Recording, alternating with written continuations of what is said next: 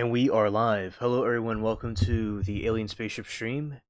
You can be watching from anywhere around the country or the world, and I really appreciate every single one of you. Coming to you from the Spaceship Studios from a galaxy far, far away. And here we go. Here. And looks like I have to plug in the microphone. I mean, the screen. This way.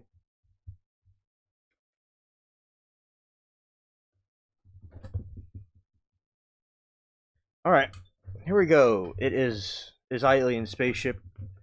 I hope everybody's been having a good day, good evening, good afternoon, wherever y'all are. And yeah, today we are having a party stream. I'm going to play the pirate game that I've played, before quite often on the stream. And today is Erin's birthday. Shout out to Erin. Happy birthday to her. And yeah, hey Brig, great to see you. Hello to you as well. EO to you, yes. All right. So this is something about some cars, but this is where the game part is. Okay, and then it's going to go this way. All right. All right. So this is the game. It has like a pirate in it that we have here. Let's see.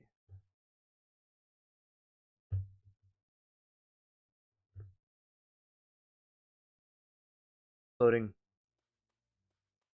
All right, this is based off of the Pirates of the Caribbean movie franchise. It was created in 2000, early 2000s, and then it went away. And there was a fan made version of it that was brought back. Right. So, howdy, Frog. It is great to see you. I hope that you had a nice day today. Thank you for coming. Hopefully the spooks and they're staying rent free in your house are leaving you alone. I'm glad to have you here with us. All right.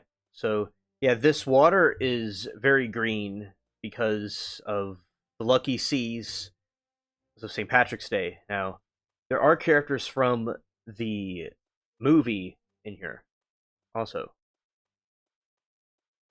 Right? And okay, going over here. Facts. It was nice having you on the stream last night. It was pretty cool. It was funny too. Yeah. I Tomorrow I have a video coming out about the Kandar giant. I have that coming out in a couple of different topics because we talked about it yesterday. Oh, you slept under the house again last night. Okay. All right. Oh, it looks cool. Yeah. I'm sure it was. Hopefully, it was nice and cozy, and there's probably a lot of mosquitoes for you, Frog, to snack on under there. And yeah, so this is thanks for the update, Frog. Those feds will never get you. Scared. All right, so that is Captain Jack Sparrow, Johnny Depp's character. Yeah, and that's Gibbs, his sidekick right there, just like from the movie. Okay, so there are people playing online, yes, but yeah, Frog. Those two characters right there are NPCs. They're programmed in the game, but there are online characters, people that are real playing in the game. That person right there in the green is a real person. Yeah, there's real people here. It's multiplayer. And it can like choose different types of music here that they play in the tavern. Yeah, it's basically a virtual world. Yeah, and let's do this right here. The this okay, and we have those chickens, and yeah, this is the region. Now, this is a earlier level, like a first level, not first level, but it's a level for a startup level, which we've already been past. Right, this is a undead pirate. So in this game, you have zombie pirates who are brainwashed as like clones with a hive mind of mind control by this Jolly Roger, who's an evil undead pirate who is the villain in this franchise right here. Oh, you did? Yeah, that is a good game. That's a good game. I used to play this all the time, especially before I got back into YouTube in around 2018, 19. In 2020, the computer magically served its life purpose and stopped working, and then the Coof 19 happened, and then eventually it came back later. So that's how it worked. There's people in this game that I know who have not been in the game for years, except the leader of the guild came on last year that I missed out. So yeah, but I will always stay in the guild that I'm in because you know those are cool people. It's kind of like a chat group. You have chat friends, and you always have a special place for them. Right now, Brig and Frog. Is there any? Now Frog? Did you play any games like this? Like on any kind of consoles? And Brig, was there one game you liked more than another game, or was it just this one of the not the one you mentioned, Black Flag, or was that one you played the most? All right, you see the holographic thing right there? That is Jolly Roger up there, and you got this thing, who's a giant, a Nephilim-looking voodoo doctor. Which I was just kind of giving you all a tour, not trying to do a war, but anyway, that is Jolly Roger and his henchmen right there, and the dude that set me on fire. Also, I would fight him, but I'm giving you all a tour at the moment. So, all right, there's another giant thing, a Nephilim voodoo doctor. Okay, these are the above ground graves right here. Okay, above ground graves.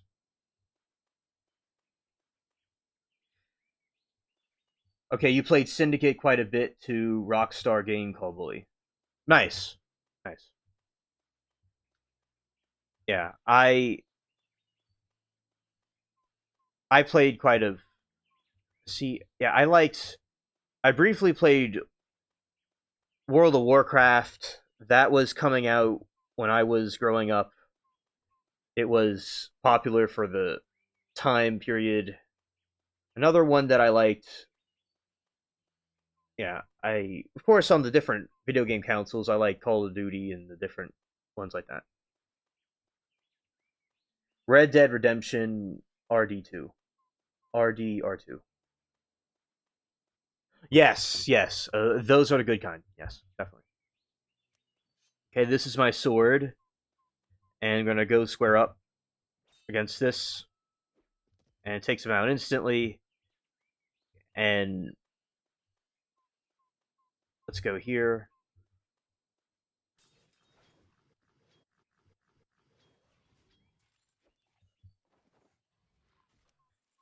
All right, and then there's the elixir. All right, and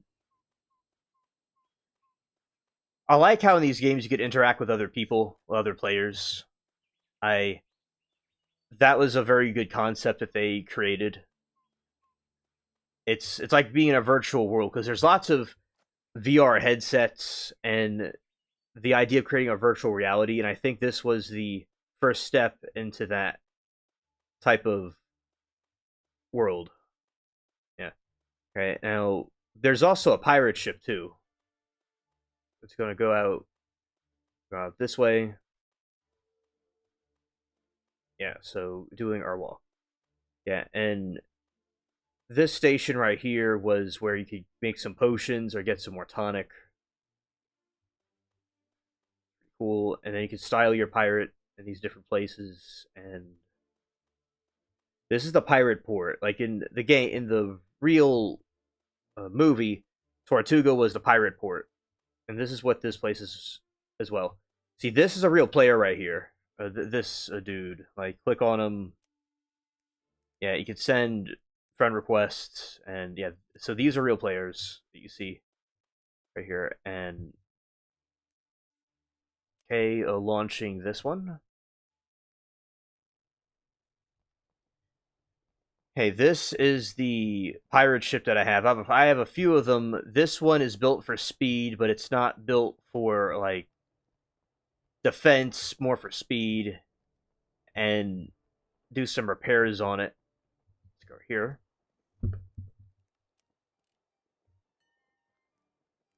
Okay.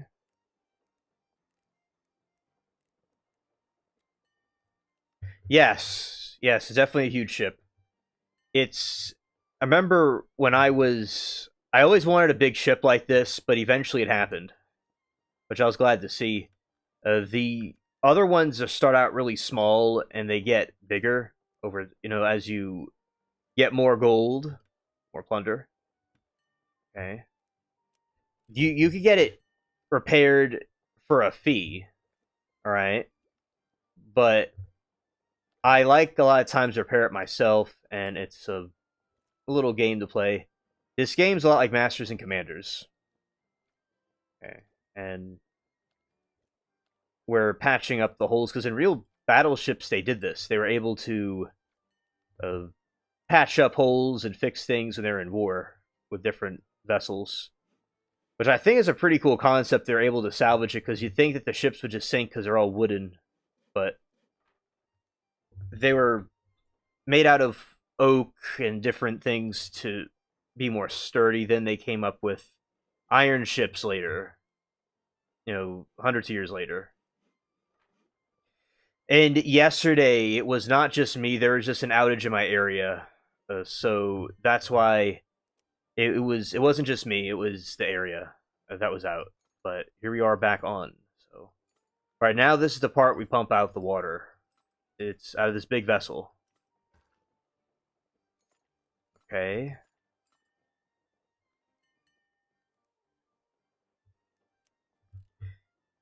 And we're doing this as it gets closer to being fully green.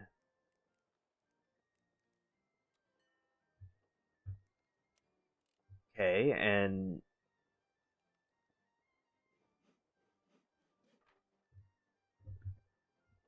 all right, so now going down this way, and yeah, this is sawing the wood.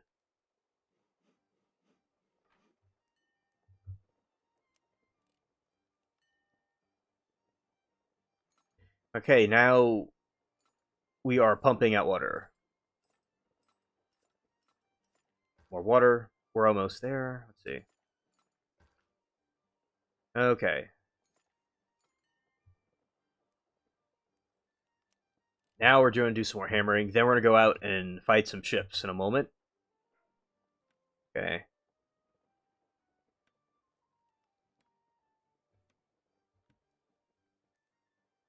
Okay, and now we are doing this. Okay. Now we are pretty good at this point. We're going to go and out this way. All right, so this is the aesthetics of the ship. It's golden sails. The water is very green because of St. Patrick's Day, and we're going to show you all how this works. Okay. And all right. we are going to be speeding out this way.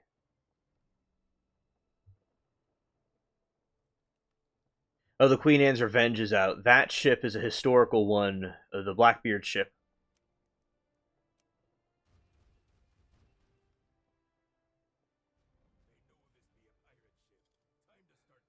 Okay, we got that loot. It's good. Okay, now we're gonna go this way.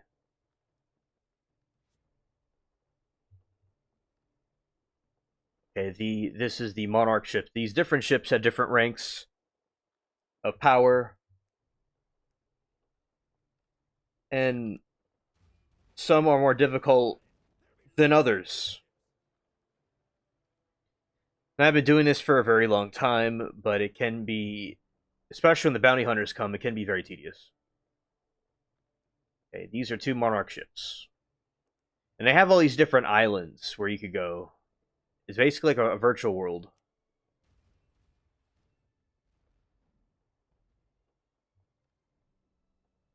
And there is Cuba is in the game. It's not that island, but Cuba's in the game.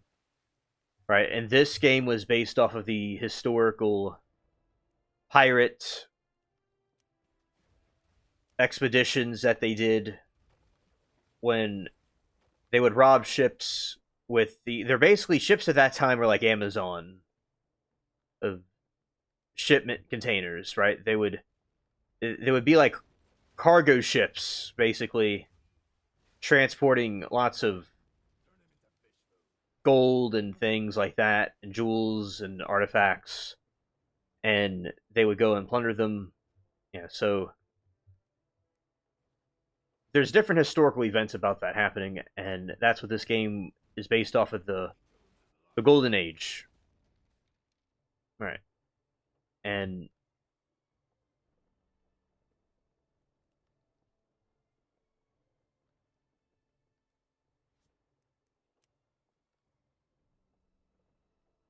okay, and okay, so that ship right there is where you have some undead pirates on, where they might go and oh, you could go and like board the ship or just fight them head on. Yeah. Okay, so we're gonna go this way.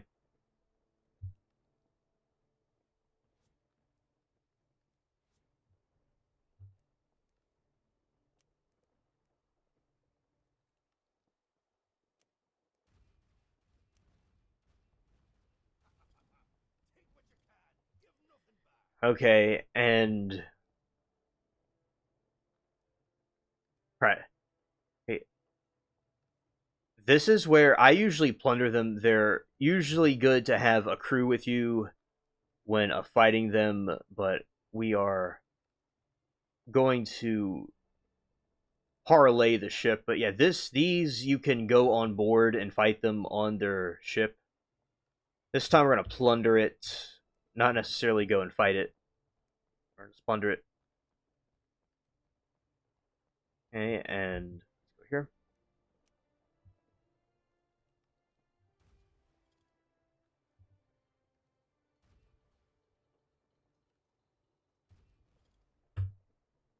Okay, parlay.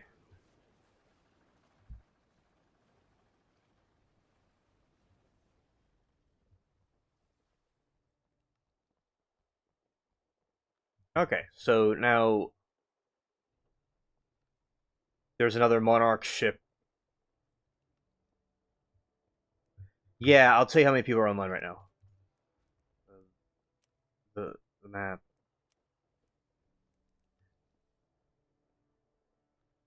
About over 200. That's how many are online.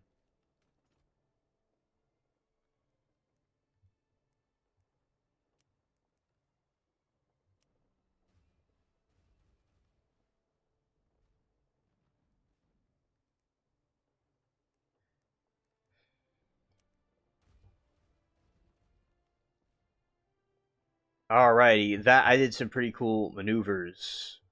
Okay, and then we're going to do this way.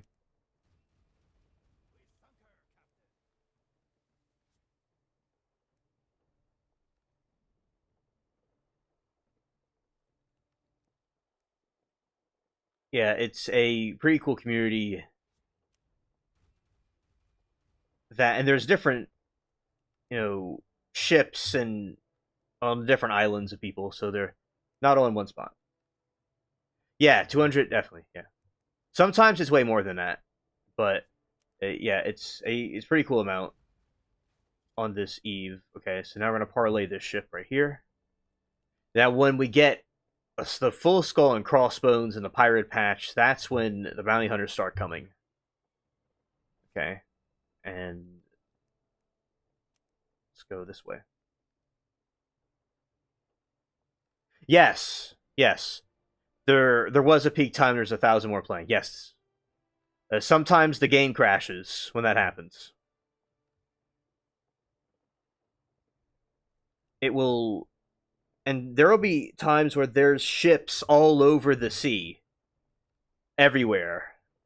One time, Zero, my sidekick, and I, him and I were playing this game one time where you could play as France or Spain, and we were just gonna do a friendly duel against each other, and then all these 1,000 other ships came and joined in and all attacked him and I, and then they started attacking each other. Then we were like switching back and forth to different sides, and oh, that was crazy.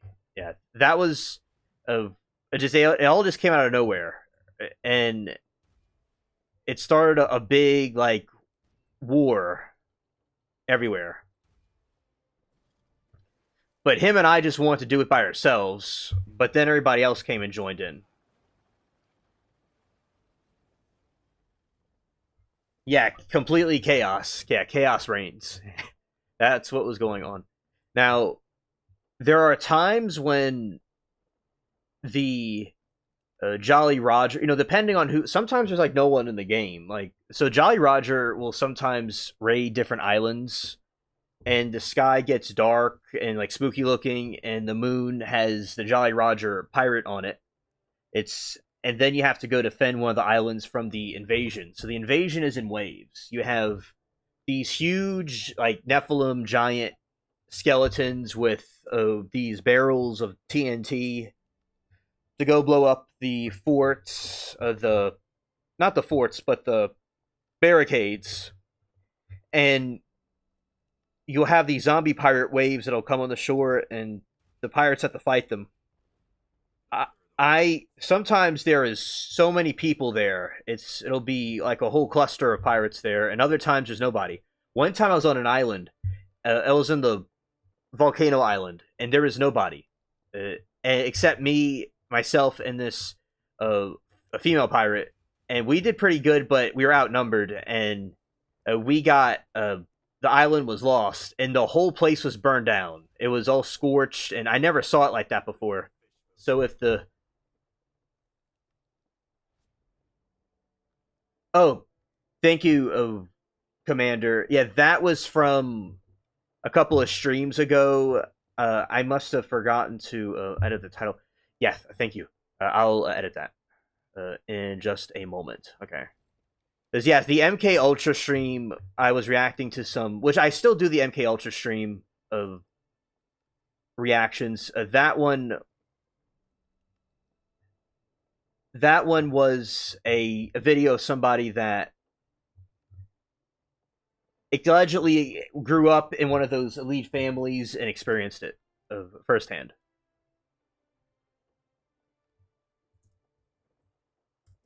Gaming party. I will sometimes in these streams forget about the description. Okay, I got that fixed now. Okay, I got. Thank you so much, Commander. Got that fixed. Okay, and yeah, complete chaos. So anyway, the so if there's not enough people, the zombie pirates will destroy everything. So it's a multiplayer game, and it's preferably played with multiplayers over just one player. But it can be managed by yourself, but it's more strength in numbers, really. Yeah. Okay. I I got one bone. That's good. Okay, so that's a good sign.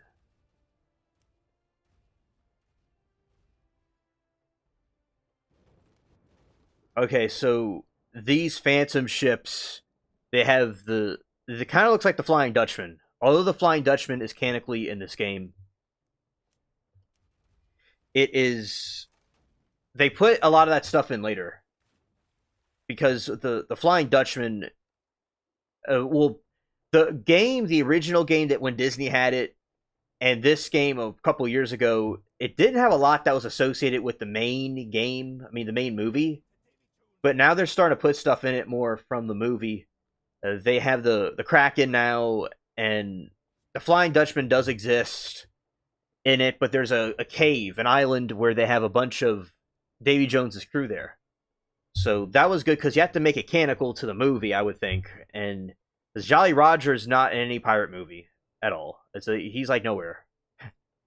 It's kind of silly. So uh, yeah, we'll get some. This is the Reverent.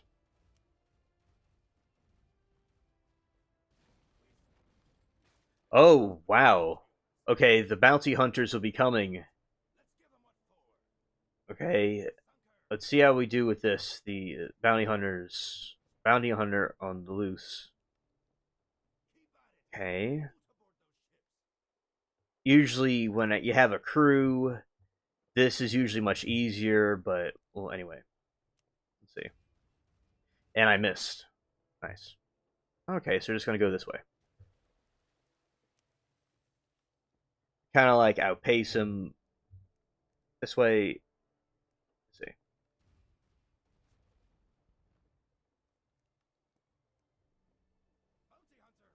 The bounty hunter is closing in. Am I going to miss him? Yep.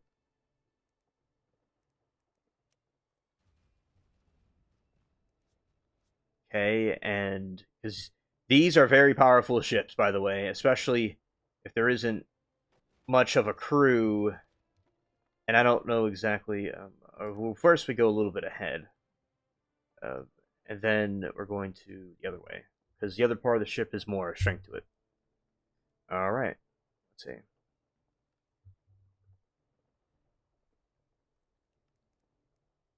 All right, now going in this direction.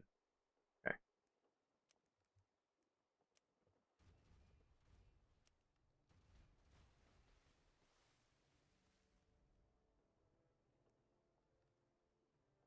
Ah, yes, yes. That is good that you develop sea battle tactics. Facts. Yeah, this game, I would say, is very similar. Yeah, I came up with a bunch of tactics when dealing with these ships. Okay, and they have these fireballs they could fire at the ship that'll sink it instantly. Have to watch out for. So, okay, going in this direction.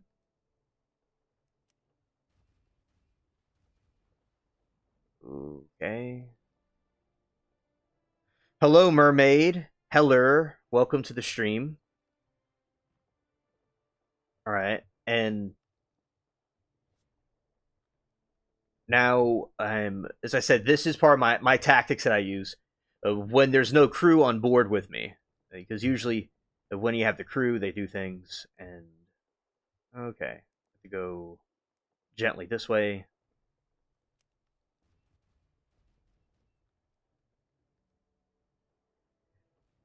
Okay, mermaid. Of hope you feel well soon, and thank you for updating us about what's up. Okay, yeah. All right, now twisting in. All right, then we get it, and but we don't get it because I was actually a, a little bit of the wind was not my side. Okay.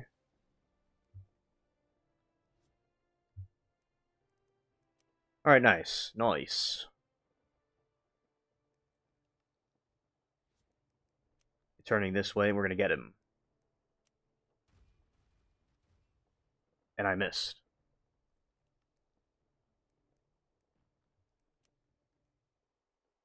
Yeah, damn, it had. I had some plans for tonight, but maybe you gotta take it easy. Oh yeah, yeah. Definitely do it when you feel better. It was a nice seeing yesterday on your stream with the game you're playing. Oh yeah, now I have to go back because I'm shipping. I'm about to sail off the map. All right, so we're gonna face this dude right here. All right, at enough of a distance, and here we go.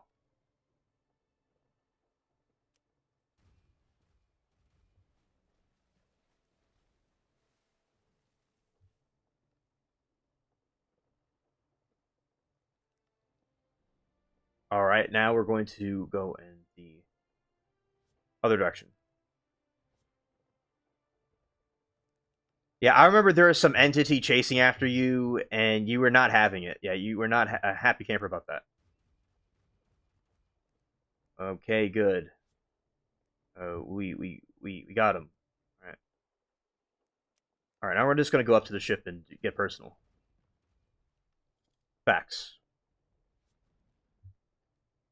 Okay, they missed me, and then bam, I missed. Thanks. Full Vigil is crazy. Wanted to do that Limscape now. Yeah, yeah. I remember there was that entity. It was like ooh. It was trying to spook you, and yeah, it was. I remember the flip flop sound effects. It's like it was some Sheen flip flops in the game. Yeah, and going over this way, and it doesn't work.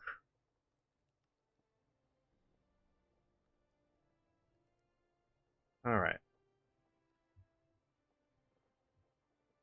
Yeah, so I rewatched it, laughed. It was impossible. He's pretty fast. Yeah. Ultimate troll, definitely. The TV guys, they're weirdos. Yeah. Yeah. And you know what? It reminds me of the movie of House on Haunted Hill. There's this one female character, and she would scream all the time. And she would scream like when the creepy ghost people would come, and that reminds me of what your character in the game. All right, we almost got this thing sunk. So no matter what happens, I almost got it sunk. Okay.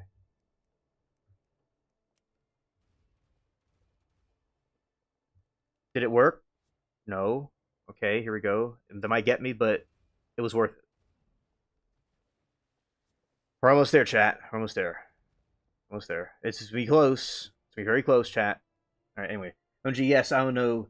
They they put the flip flop sound effects. I really like the phone thingy we have. Yeah, yeah, yeah. It was sort of like cliche. It's like who is you? Who is you? Everybody, I sunk it. I sunk it, chat. I sunk the bounty hunter.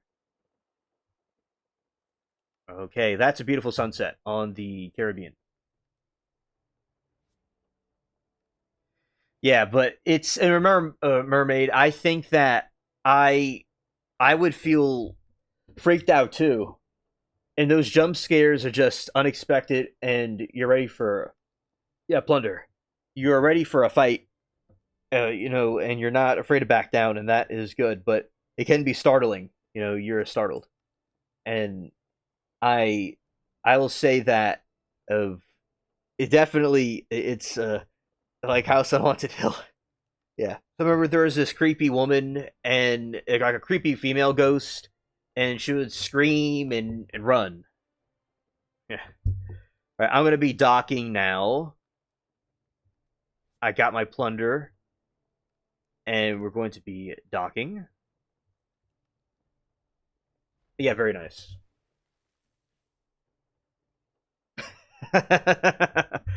Exactly. It is like a spa in flip flops. Yeah.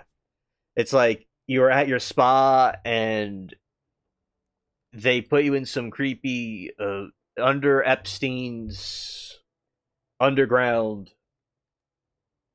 tunnel right there. Yeah. Of Epstein's pool.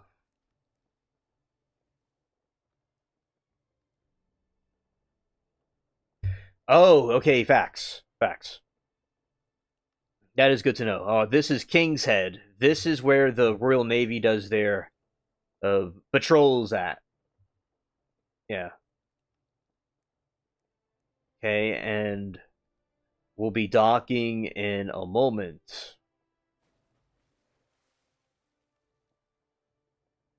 Yeah, there's no way you could run in flip flops. Yeah, yeah. I definitely think that it'll be that would be incredibly difficult. I would think.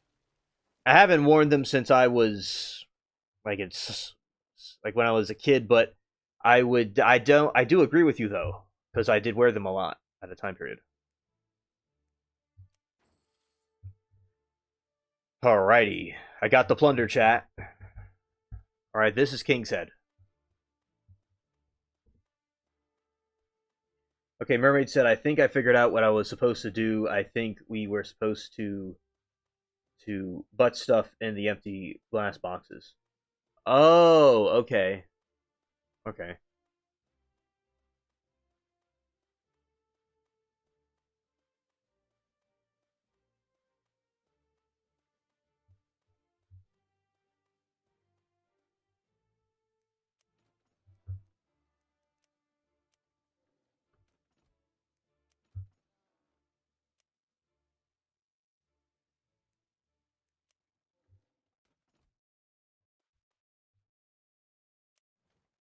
All right, watch this chat. Okay, I think okay. You see these people are marching? You see? This is too funny. Okay? This was just too funny to me. Like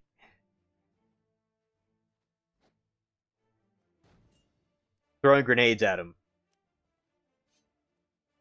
It honestly very popular comments about the back rooms about the running sounds because they're all annoying. Yeah, yeah, definitely.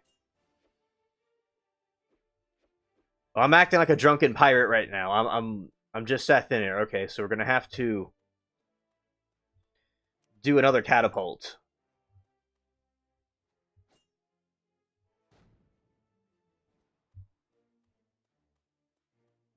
Wait a minute. There's a blooper. Okay. Yeah, I'm thinking mermaid. It's like I'm either losing my mind, or she said, "Do we're gonna put stuff in those empty?" I'm like, what is going on with mermaid tonight? I'm just like I'm reading that, but I'm okay. I don't know anything, but maybe there's something I'm missing. A lot of the back rooms have people running and heel sounds. Oh, okay. Yeah, the shoe choice in the game is very unique. I will say, yeah, it's a unique. Uh, I guess it's a woman in heels. I don't know. It's uh, I guess she has to be fashionable even when looking in the Epstein's pool rooms. Oh, butt stuff. Yeah, I'm thinking about we're going to be there's gonna be some butt stuff going on here. I'm like okay, like uh, I guess it's that kind of stream, but it is what it is. But all right, thank you for clarifying. Cause it's late, but not that late at night for that kind of talk. So glad we got that all clarified. And I'm just reading it nonchalantly, like I'm just playing along with it. Maybe there are some different things on the agenda that I wasn't aware of, but all right. So we got that taken care of. Thank you, Mermaid. All right. So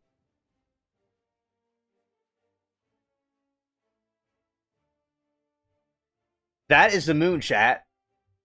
That is the moon peeking over the fort.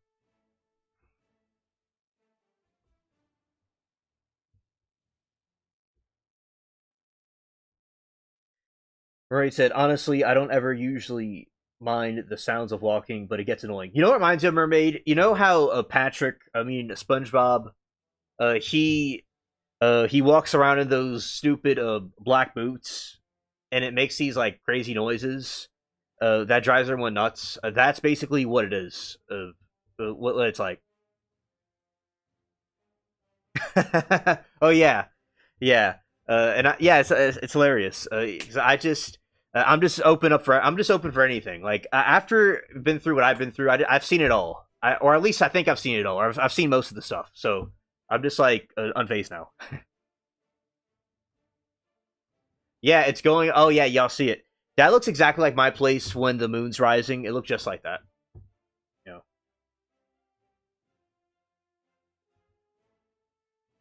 Yeah.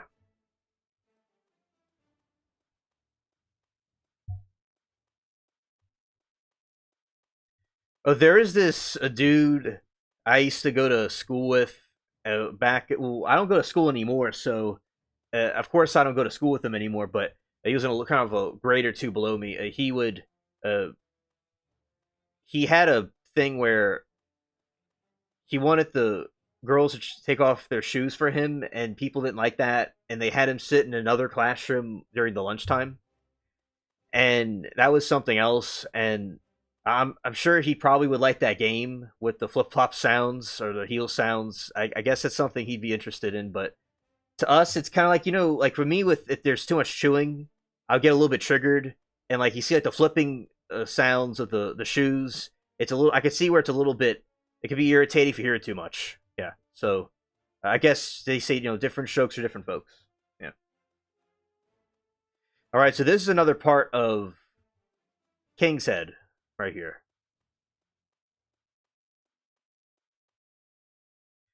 There's a okay. So this is another part. So this is like a little village where you have like castles and medieval houses.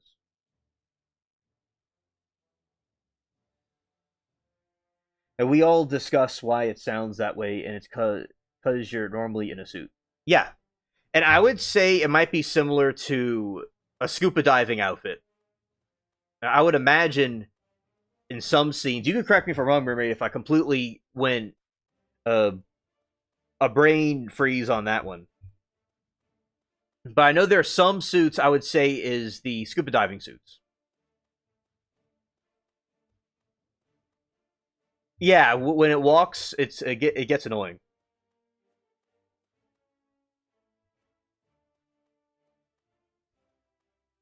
It's a non-negotiable outfit. Yeah. You know what it is? It's Timu Sheen outfit. Yeah. All right. So this is a part of the game I don't think I've ever been to. I don't know why. Okay, we're gonna just blow this dude up. It's like I know what we're gonna do. We're just gonna use this ridiculous power up right here and just go boom. There we go. He went boom. Now I'm on fire. Buddha said, if you throw a hot coal at somebody, you also burn yourself in the process, and that's exactly what you just saw right now. So there you go.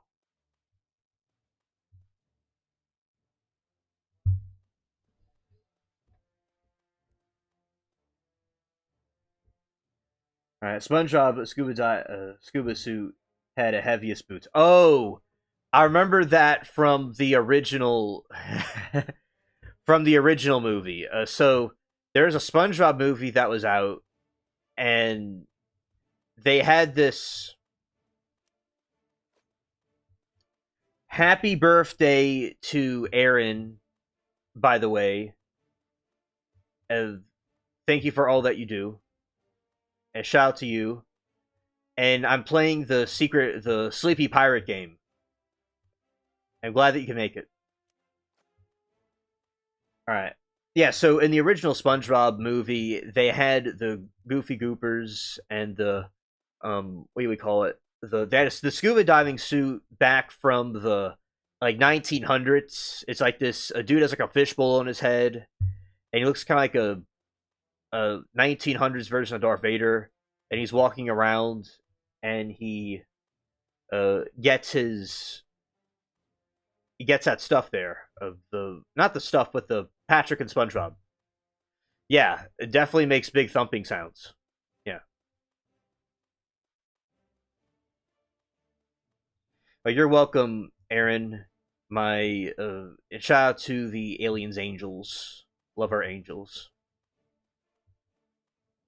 All right. And yeah, so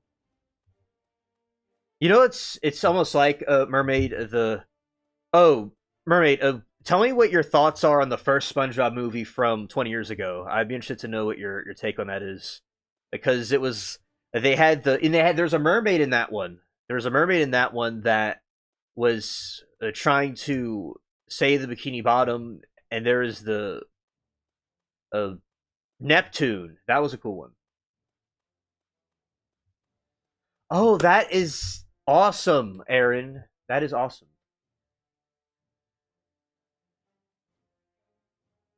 Oh, I'm so glad to hear that, Aaron, and it was so great. I'm uh, a shout out to Mr. Q. All right, he's the best.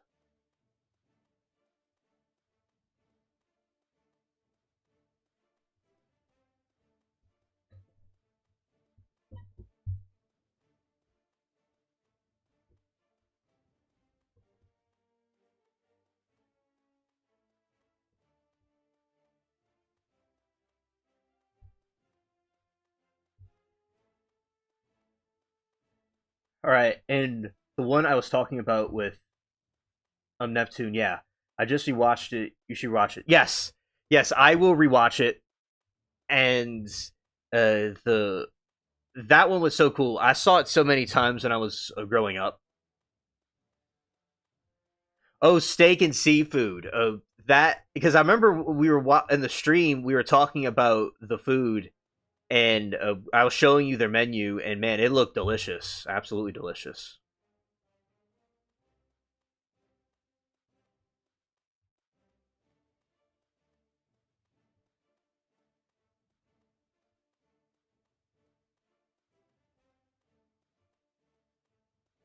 Our SpongeBob movie is probably one of the best.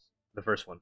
Yeah, I like all the SpongeBob movies. They're all good, but yeah, the first one. I remember they were in that specimen shop. It's not called a specimen shop, but that's what it basically is from a scientific perspective. And there are specimens, and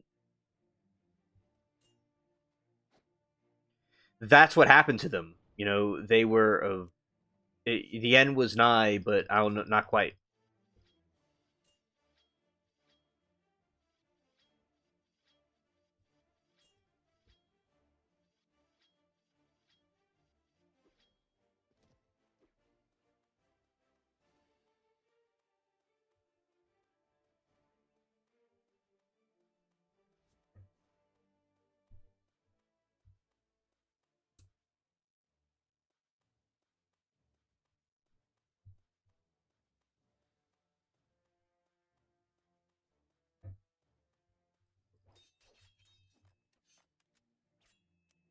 I was just accident over last night and hung the car. It's and it's brand new, high and red, soon happening.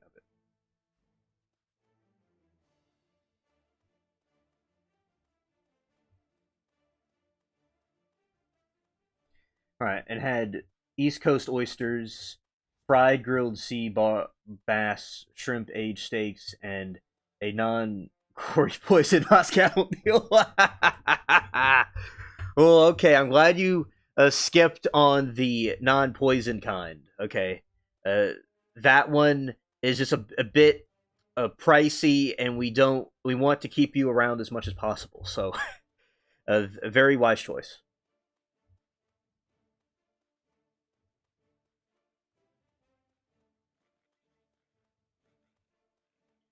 All right, these are some pigs. All right.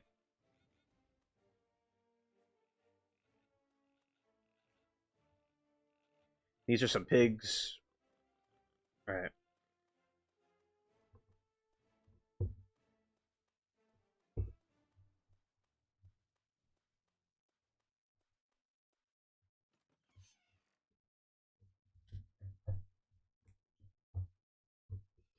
This is a warehouse chat.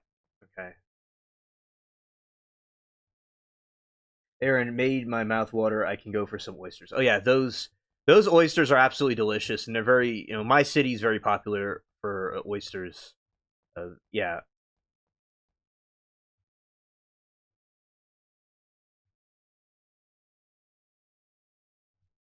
and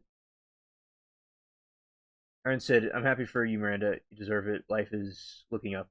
Hopefully, trial stuff gets better too." Yes, I do agree with you, Aaron. Absolutely.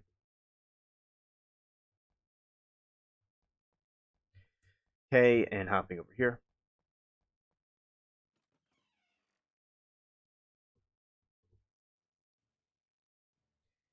Dude, okay, so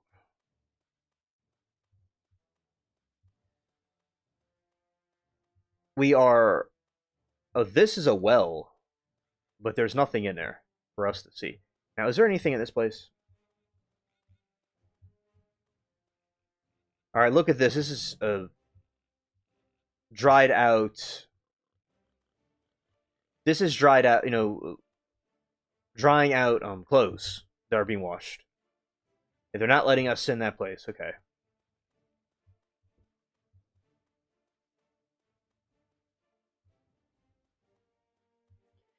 I have not seen Moki here tonight so far. We're live for nearly an hour. We just started. Hopefully she comes by soon, and I am really thinking about her tremendously, indeed.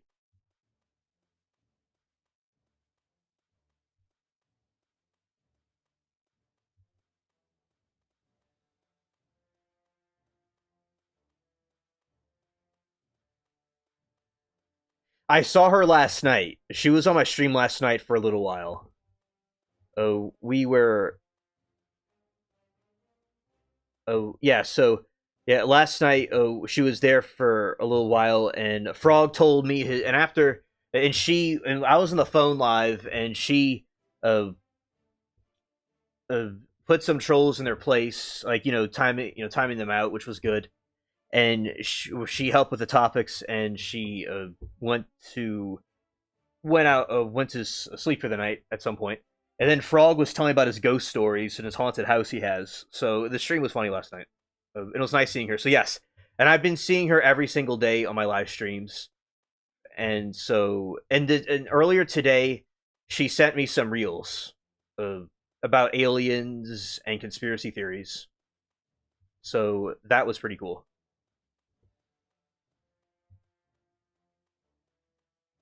Oh, okay, Aaron. Yeah, I haven't heard from her since earlier. So yeah, I hope she's okay too.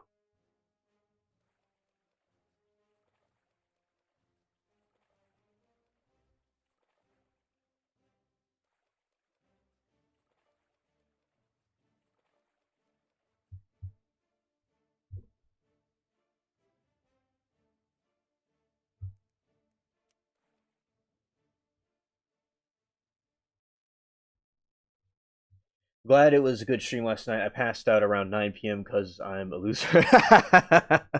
Scared. You are a, in my eyes, you are the champion. But last night, though, yeah, I was like, where is our Aaron at? Where is our Aaron? But it was, but thank you for this time uh, staying up a little bit longer to tell us hello for your birthday. It was nice seeing you this time.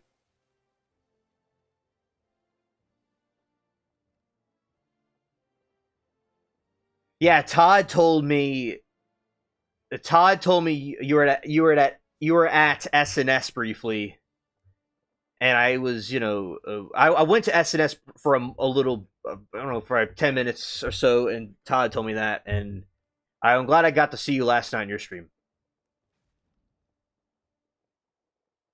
And Aaron said I'm a champion till 8 p.m. ish. Haha, loser ish. The yeah loserism. Scared. It's like the loser clock out. Scared.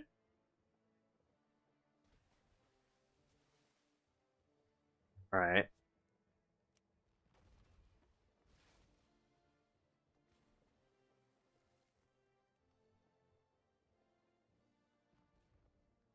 Yeah, but I yeah. So this is what happened last night. There is an outage in my area last night, there was an outage in my area last night, and I with the Wi-Fi, and I eventually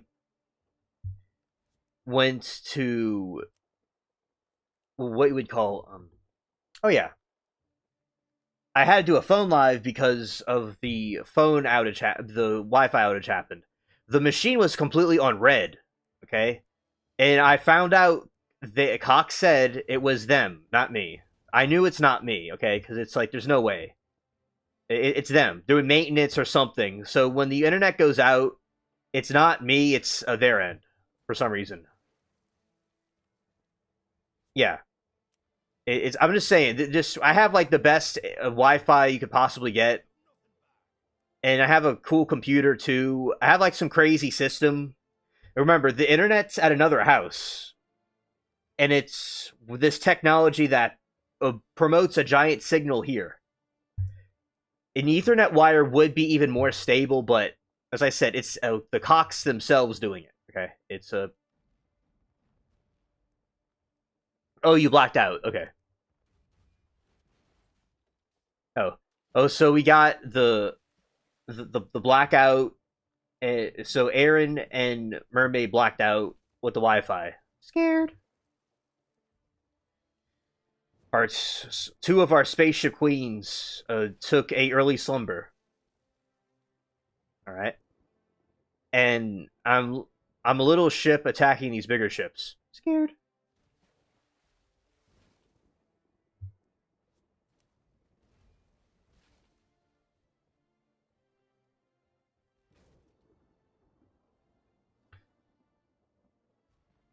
All right, so we have these three ships chilling, but they're not chilling. They're actually trying to kill me.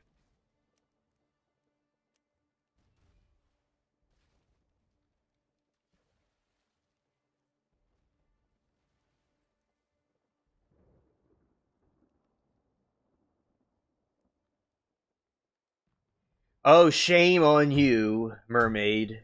It looks like we have to put both of them in the naughty chair in a corner. You're over here still sick. Oh, scared.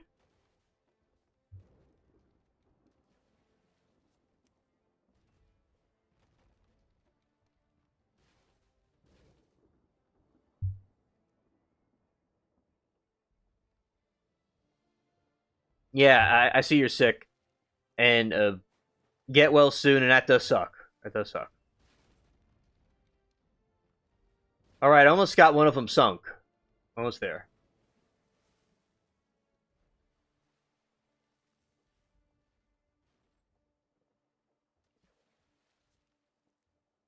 Timu regrets. Oh no, see, that's why I can't get drunk anymore. I have the worst hangovers. Oh, you had the Timu hangovers. Okay.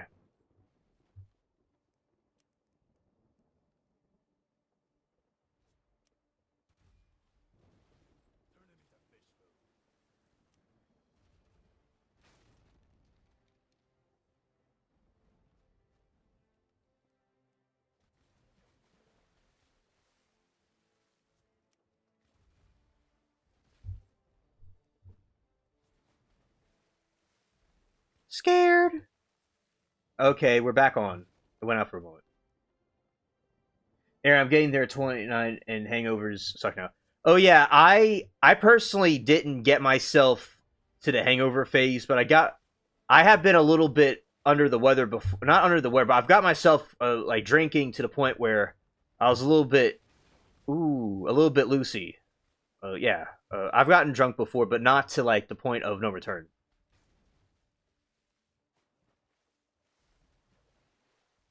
Oh, friend, you have no idea. Get it out of your system because it gets worse. Oh, scared, scared.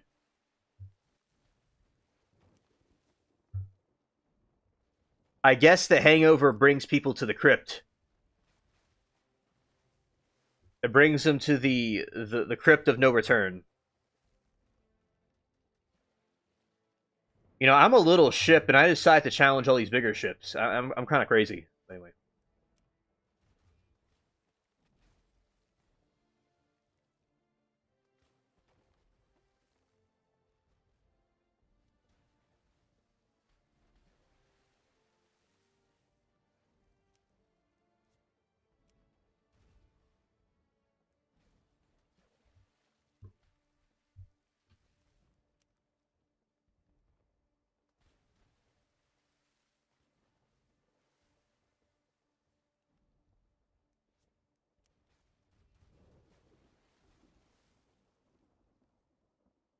Soon you merge the day drinking sober up drink, and then you just get over drunk. Please, it's nice to get a little buzz, but hangovers just last longer than the fun.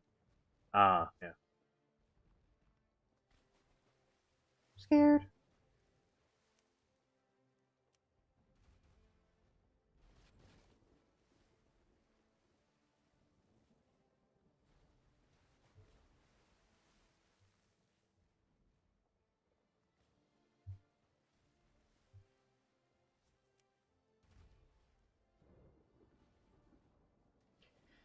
All right, it looks like I'm doing. Now there's four ships. I'm like one of those Somali pirates. Okay, that is a great sunset chat. Wow, that looks cool. Anyway, that looks really realistic, and I never seen it look like that before. Okay, they're about to go down. Yeah, hangovers definitely it will outlast the fun. Even if it lasts for a moment, it'll be a pain in the arse waking up. Yeah, definitely. All right, I did plunder. I got one down.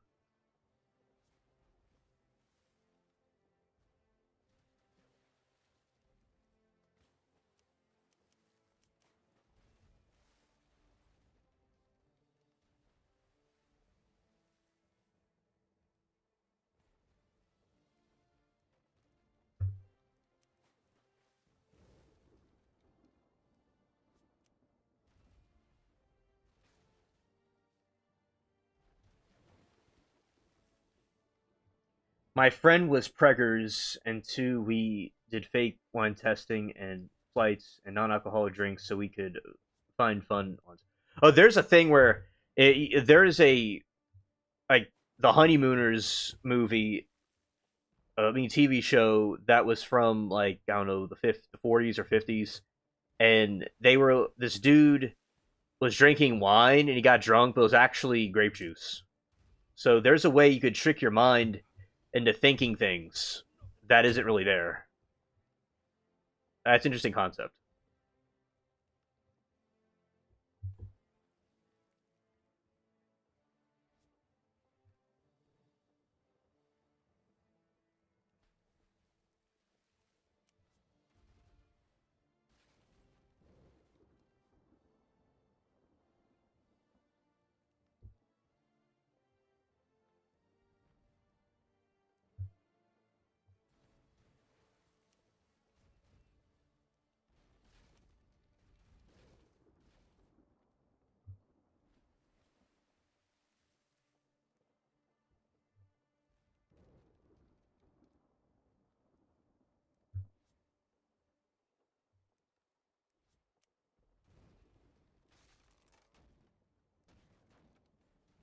Okay, and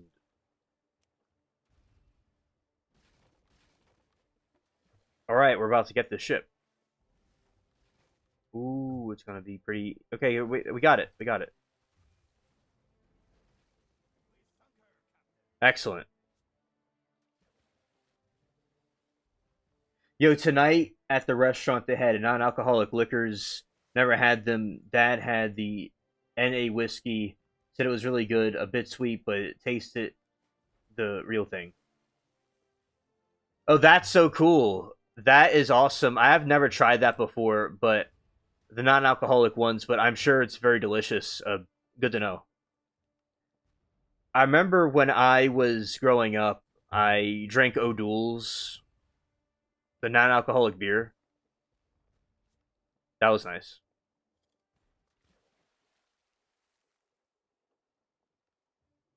Drug test and take my. Oh, it needs the shots too, right?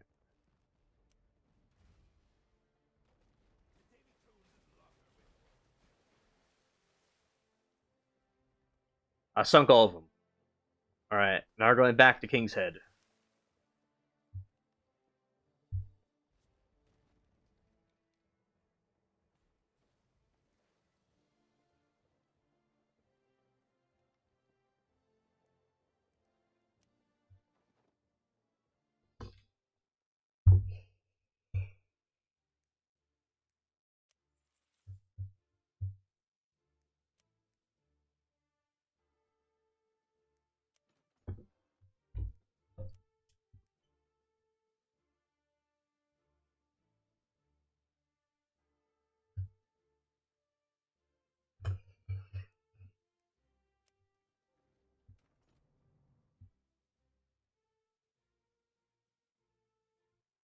Right, Aaron says it's crazy and get through it. Okay, yep, you will, and it's the worst. Don't back down. Yeah, facts.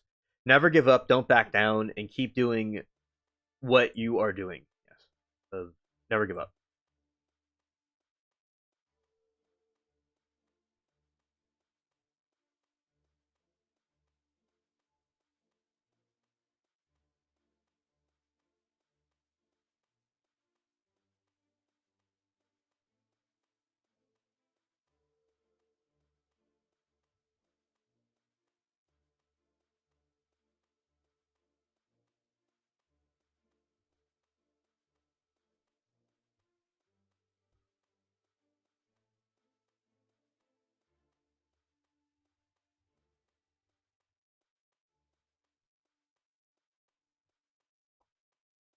Yep, and yeah, and I think that the one who can and can't are both correct, and once you realize the power in your mind, sometimes you don't have control over other things. The power in your mind you have control over. So even if you fall down, getting back up is important. So that is always a concept to me that is easier said than done. But if you keep on trying after failures and learning experience, you'll eventually get to the destination.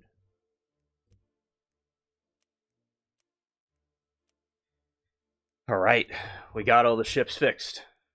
Awesome.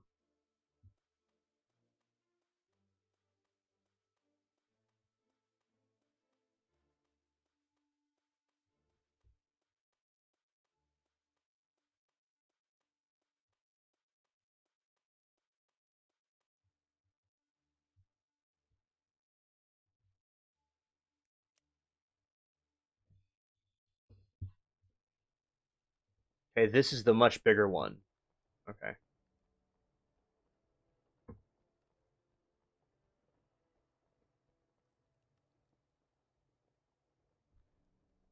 Today I got pizza. It was very good.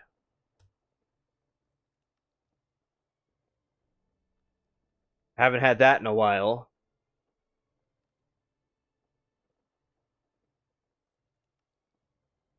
Was working on some videos that'll come out tomorrow too. Same time.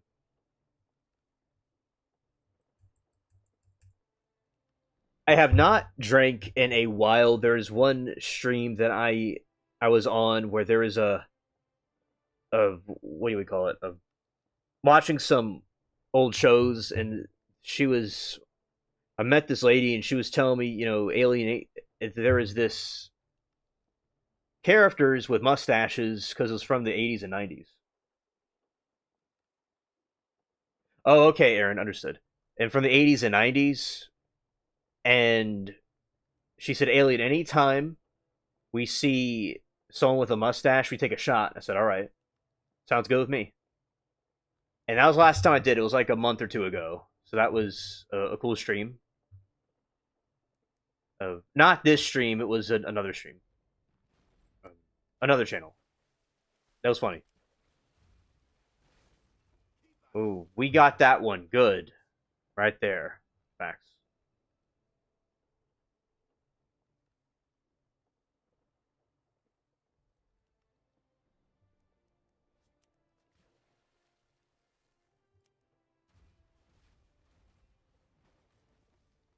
See, now we're going to turn this way right into this.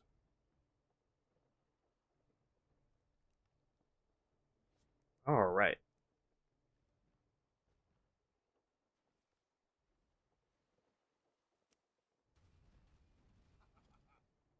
You see, that's how you do it. Right there in the center. Right there in the center.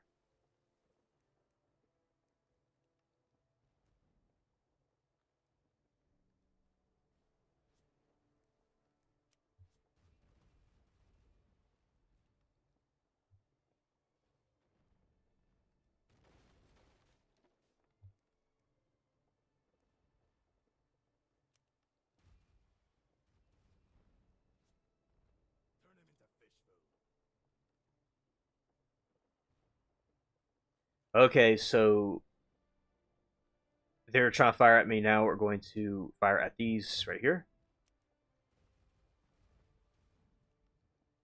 Okay, fantastic.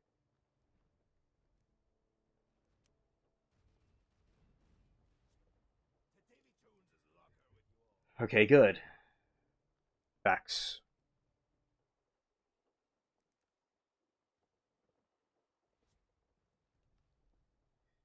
I was looking at some stories that kids had growing up about, and it reminds me of the pool room entities.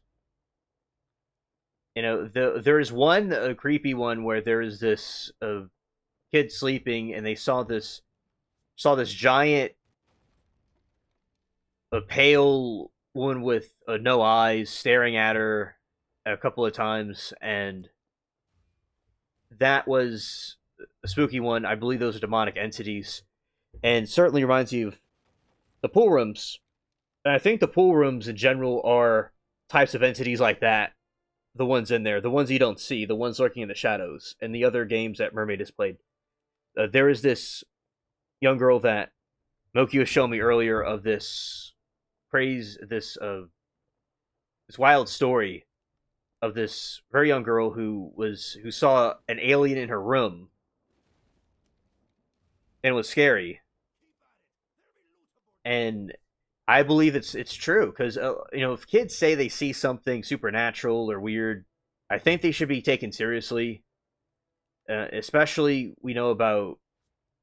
Uh, I believe in evil spirits. I believe they exist. Especially, and I believe there's evil people too that are out there, and it all should be taken seriously.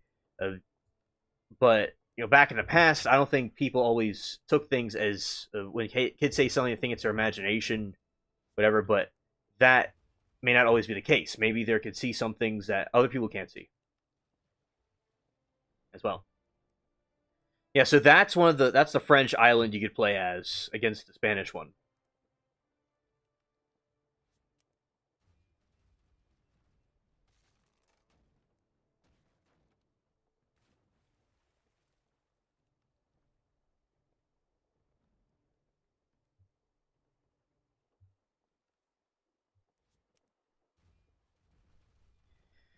All right, we got that. So okay, so we're gonna go to this island right here, the French island. Okay.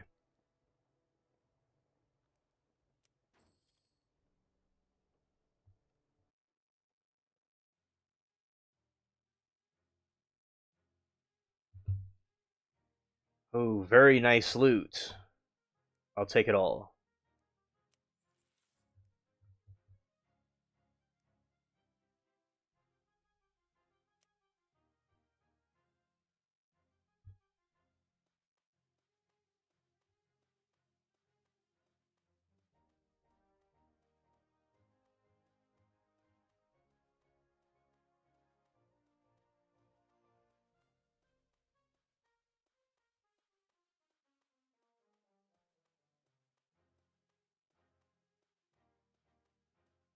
Oh, look at this, dude. It's bro is passed out drunk right there. Dude's passed. Okay, looks like I accomplished something. I accomplished something. I didn't realize that. Okay. Nice work, friend. These waters can be quite unforgiving. Dealing just plain damage to the Spanish is easy, though. I think you are in need of something a bit more challenging. Before you were not given any restrictions aside from fighting the name of France. This time I want you to target ships specifically. To make even more interest, let's have you do it with your ship and a cannon. That is enough for you.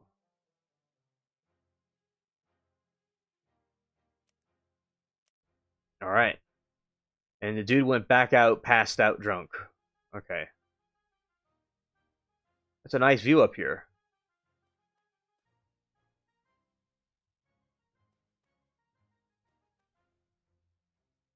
You know what's crazy? Back in the past, these people wore these coats and long shirts in like tropical weather. That's crazy. I mean,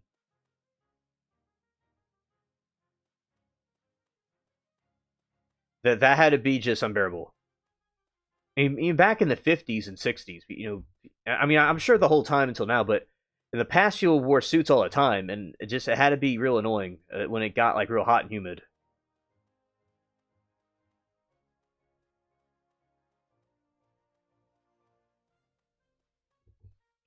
Yeah, so this is like one of the Epstein Islands. Scared. Okay.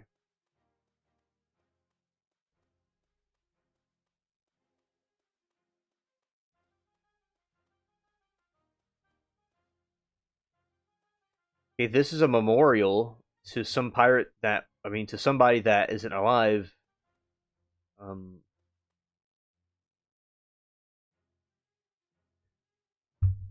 okay, for our brethren beyond the golden horizon, along the shore, I spy a ship as she sets out to sea. She spreads her sails and sniffs for the breeze and slips away from me. I watch her fading image shrink as she moved on and on until at least she's but a speck. Then someone says she is gone. Gone where? Gone only from our sight and from our farewell cries that a ship will somewhere reappear to other eager eyes. Beyond the dim horizon's rim resound the welcome drums. And while we're crying, there she goes. There she shouting, here she comes. We are built to cruise for a while, but for a while. Upon this treasonous seas, until one day we will sail away into infinity. All right, that was interesting. Ballad right there, and this must be a hymn to the fallen pirates. Don't know who or what this was dedicated to, but it is what it is.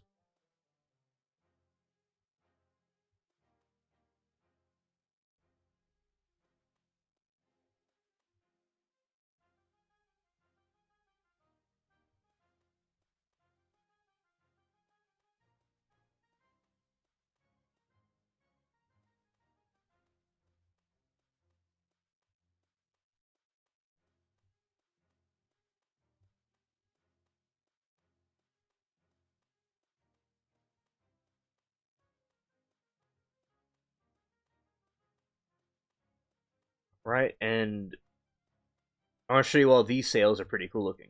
Okay,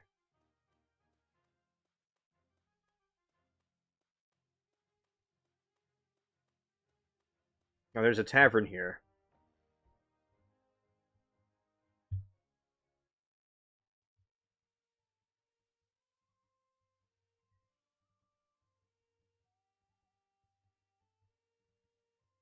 Okay, and shot to our dinner. Let's see. Oh, the pirate in the game can eat his dinner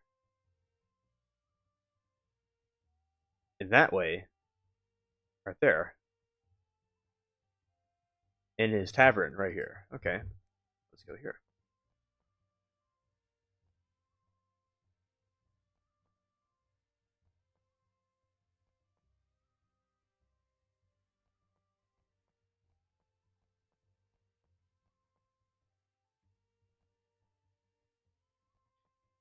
Okay, so there we go. You got the flag of La France right there, and they're just having a jolly old time.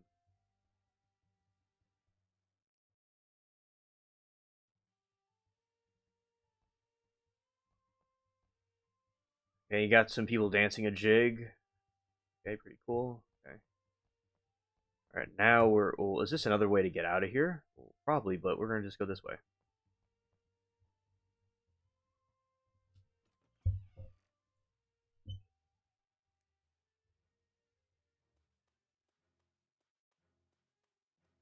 All right, now we have France.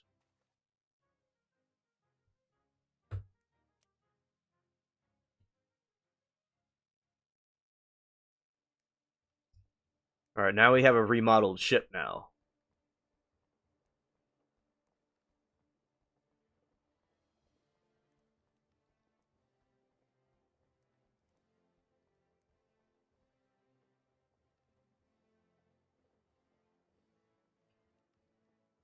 See, look, it's a French ship. Bonjour.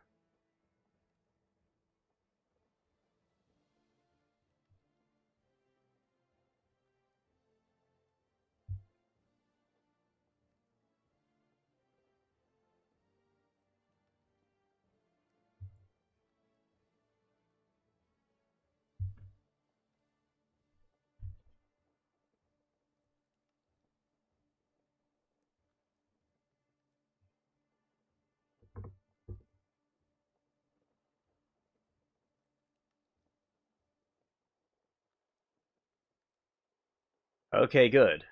So that's over on the Spanish side. Okay. Now going over to the Spanish region.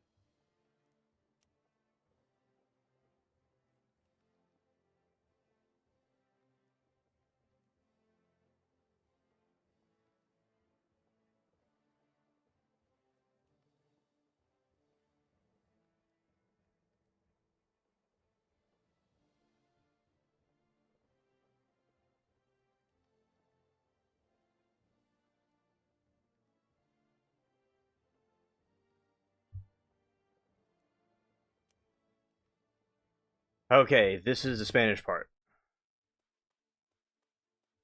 Spanish region.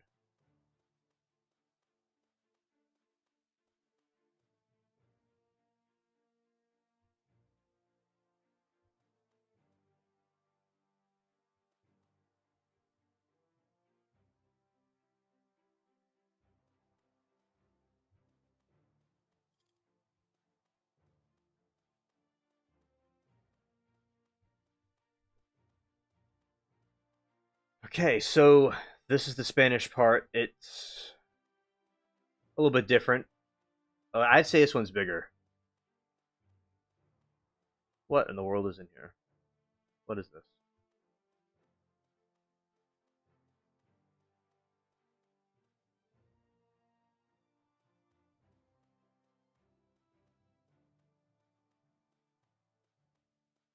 Okay, now going this way.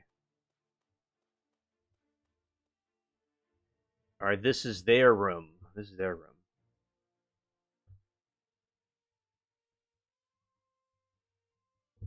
All right, this is the hangout for the Spanish.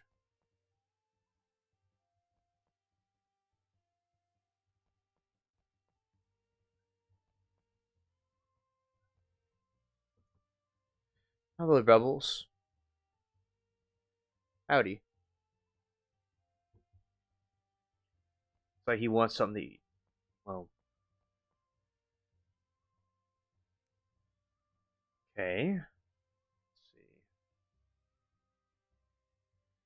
I'll just go do this for a moment. Be BRB.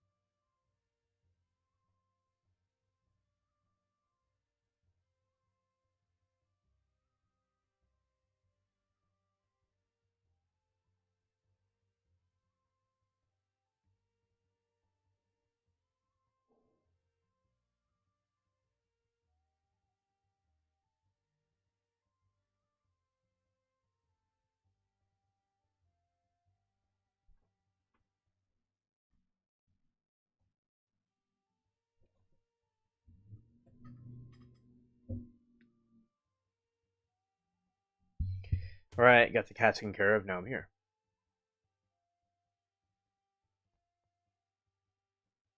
Blackjack. Let's see.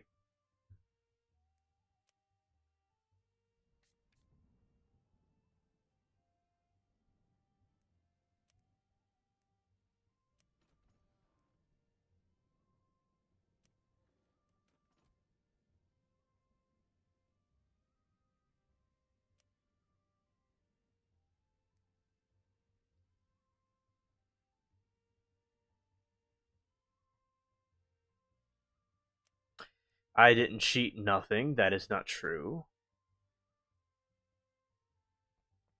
That is nonsense. Anyway, all I did was the honest thing to do, and there is an ace, and I chose the other ace, but they don't want that. Right. Not true. Alright, it looks like the game is rigged, because if I had two aces, I would have won the game. Right. Okay, let's go this way and go to Tortuga.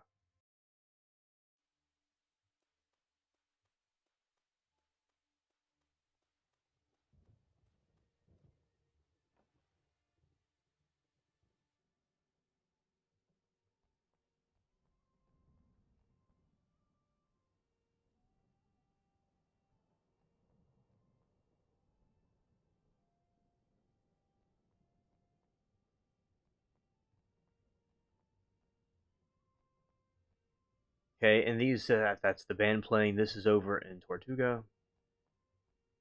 Let's go here.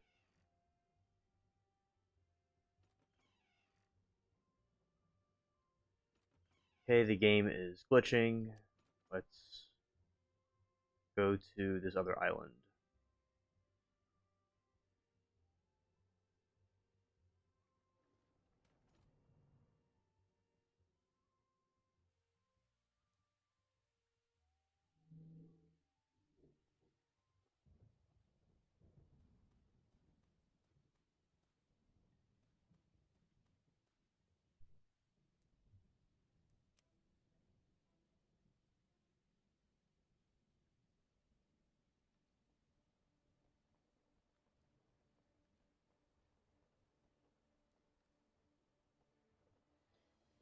Alright,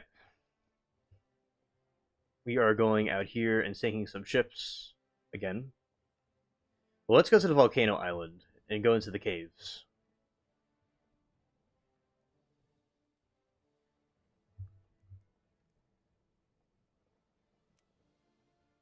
Alright, gracious greetings, Eugene. Welcome to the stream.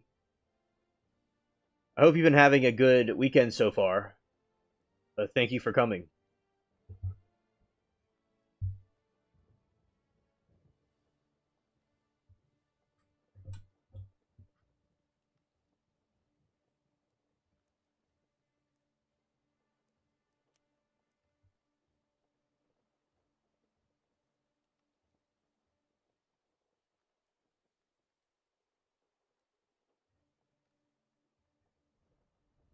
Okay, now we are speeding towards the island. And here we go.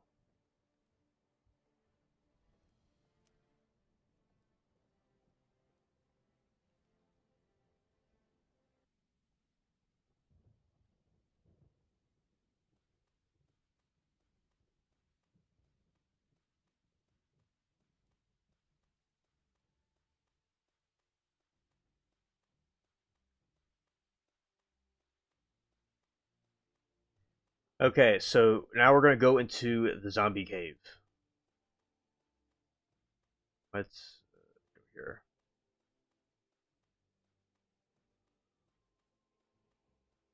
Yeah, and it seems definitely from my research that it's likely that the moon landing footage most likely was faked. But we did go to the moon, but not the video clip was maybe faked. It seems from what I've been looking into regarding conspiracy theories, and there are even young kids seeing aliens to like in their rooms and stuff. So that led to what I was talking about earlier, where when kids see things that are weird, uh, it should be taken seriously. Yeah. All right. This is the dark cave. Definitely. I've spent nights in here before. It's quite interesting.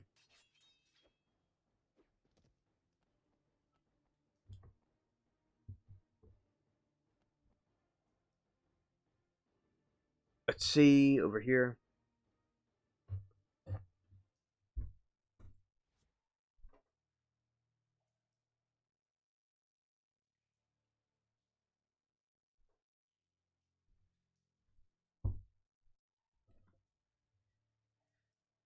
And Mermaid says hello to Eugene. Facts.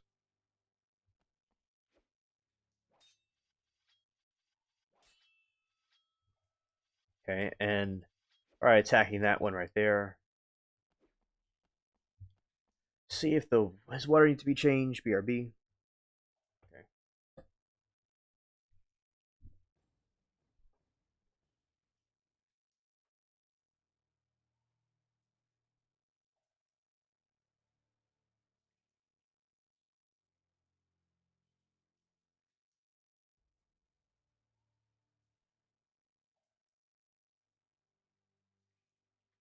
Okay. Get this right here.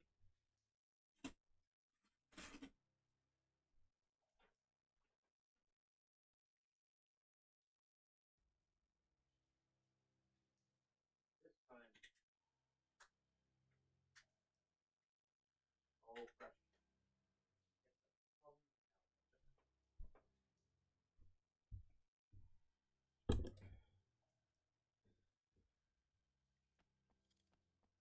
Okay. Now we're just gonna go fight all these things. Okay, so our mission here is gonna try out some weapons I don't usually use to get them leveled up. Let's see. All right, let's work on getting this one leveled up.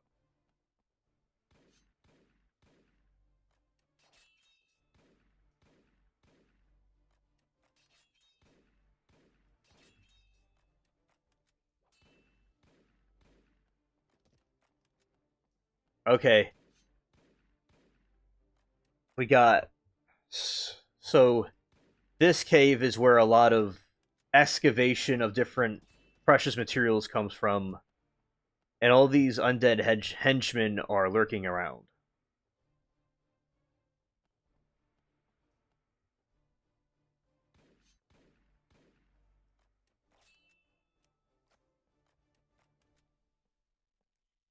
Right, and firing this thing's a cannon right here. Here, oh, there we go. Facts.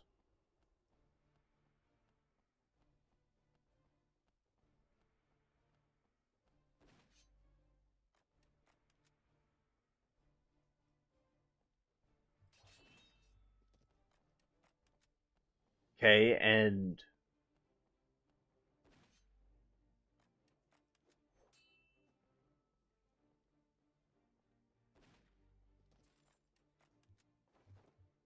all right, we're gonna take all the gold. Okay, so yeah, this is certainly looks like a hellish cave. Looks like hell on earth. Oh, there is one right there I did not see. Okay.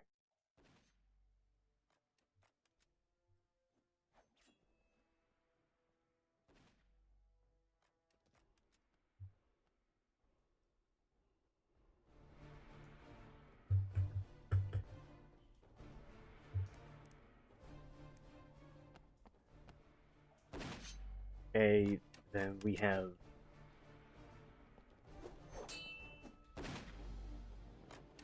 I'm watching a cop about to tase a guy on TV, and I need to shower and. Okay, well, if you put your video out tonight, I'll certainly look at it. I look forward to it. And those shows are always the police cam footage reactions are always hilarious to look at.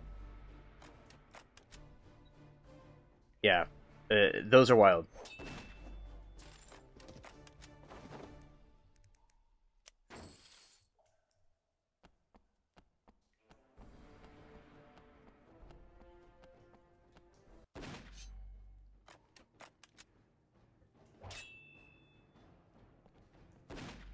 Alright.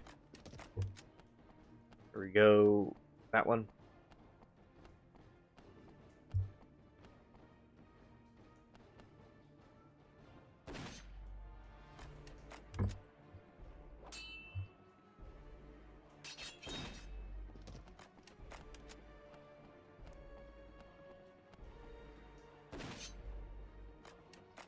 Alright, so firing my cannon at this thing is working successfully. But my health is going down, though. I just noticed that. I didn't even realize that, but okay. Sort of like the soldiers that were in Pearl Harbor, they were getting shot at and they didn't even feel anything. Because they were just so into what they were, focused on what they were doing.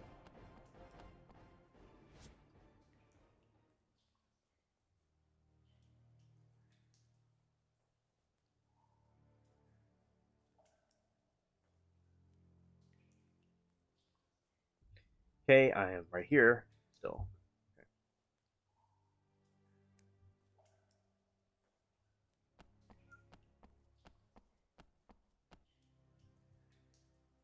I hear you, Bubbles. We must want something else. Okay.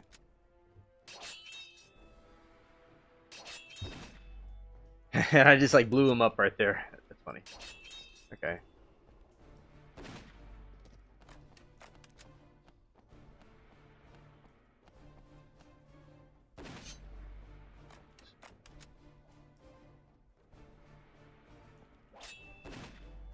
Oh, good. We got that one. Alright, we're leveling up pretty good with this. Now we're going to try this one. A much quicker one. Although all the other ones are technically more powerful. Yeah, see, this one is putting Venomous Viper in there. Okay. Oh, this is a giant scorpion.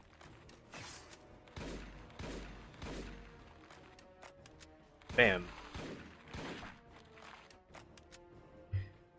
Let's... No, not, that's not the word I want to use. Let's go this way. Oh, yeah.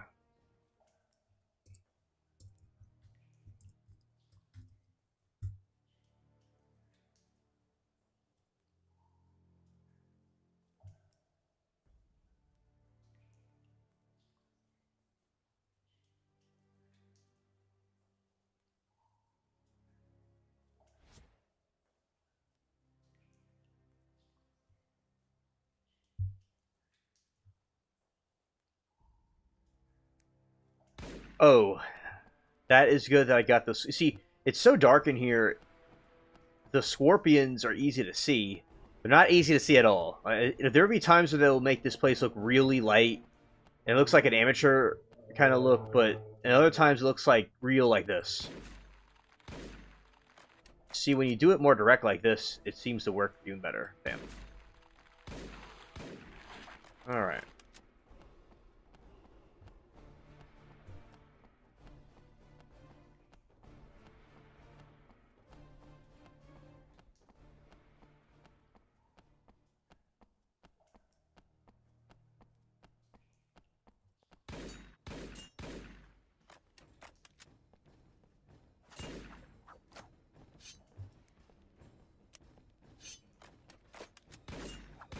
Alright.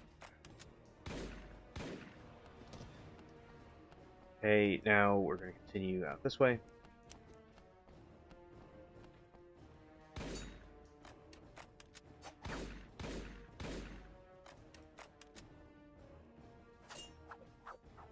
Then bam. Okay, good. We got that done. Alright, you see those are the spooky waterfalls. Okay. Alright, I'm leveling up this weapon in good timing.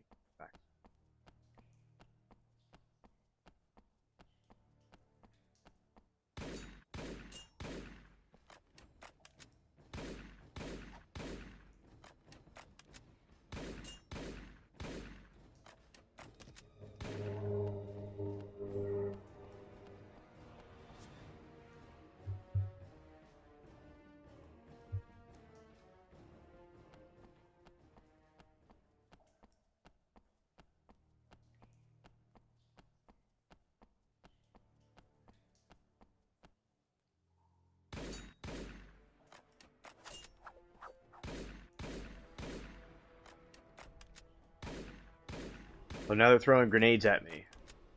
Scared.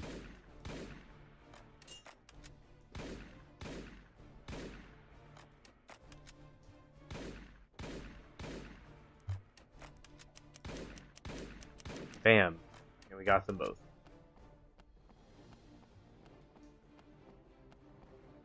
As we explore the demonic cave.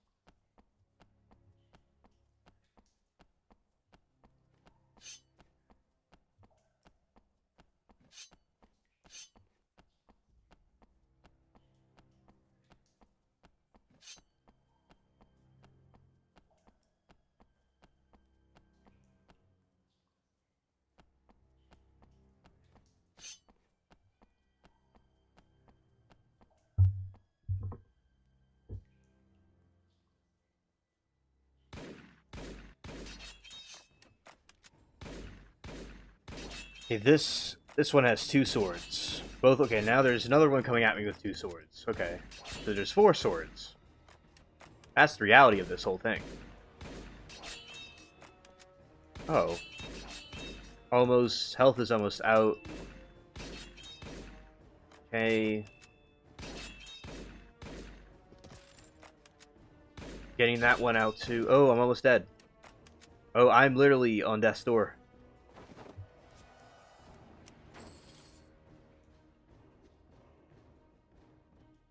Okay, well, the character is groggy. Phew. Okay. Yeah, that was a close one. I almost got deleted there. See if I can find the catacombs. We were talking about catacombs last night, but we're gonna find the real catacombs here.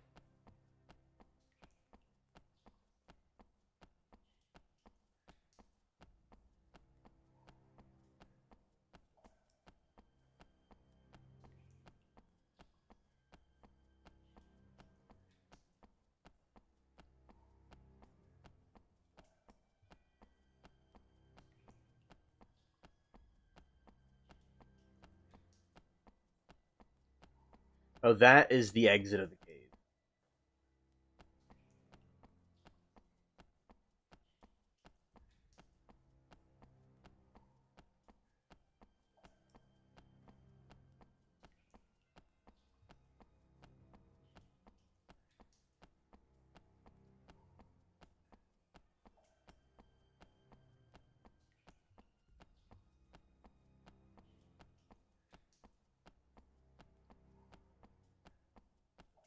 Now, at this point, it looks like I'm just going in circles, but eventually, we'll get out of the cycle. But this is not going in circles at the moment. But a moment ago, I felt like that. But, oh, good. Okay, that's a lot of lava. See, in real life, you just fall in there and just die. I'm sure it really would be hot to be inside a volcano like this in real life. It would be like impossible. In the game, they could explore these types of things better.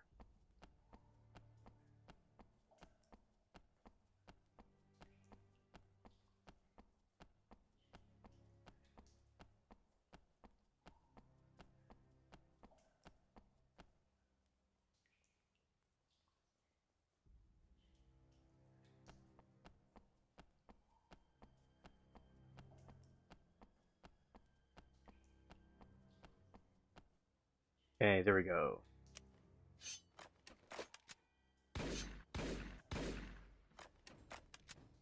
Oh, that's a conquistador. Okay.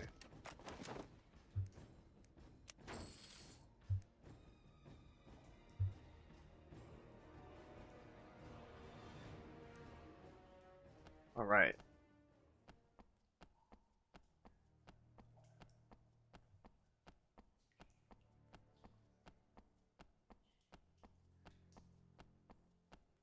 Yeah, that's kind of back where I was originally. In a way, this might be going in circles. I don't know for certain, but it could be. I've mapped out this whole thing before.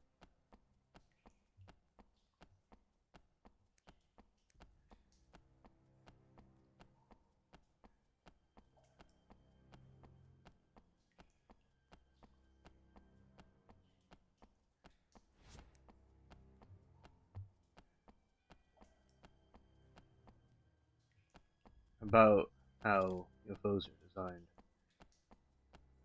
Yeah, I think UFOs.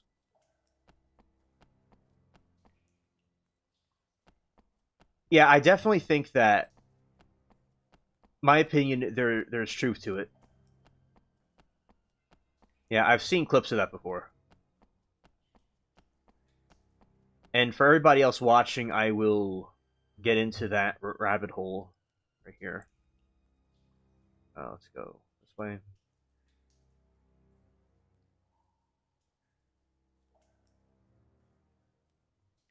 And read this for chat.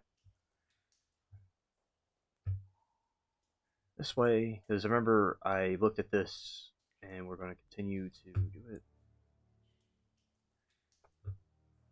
Because a lot of these whistleblowers, I think, are completely true.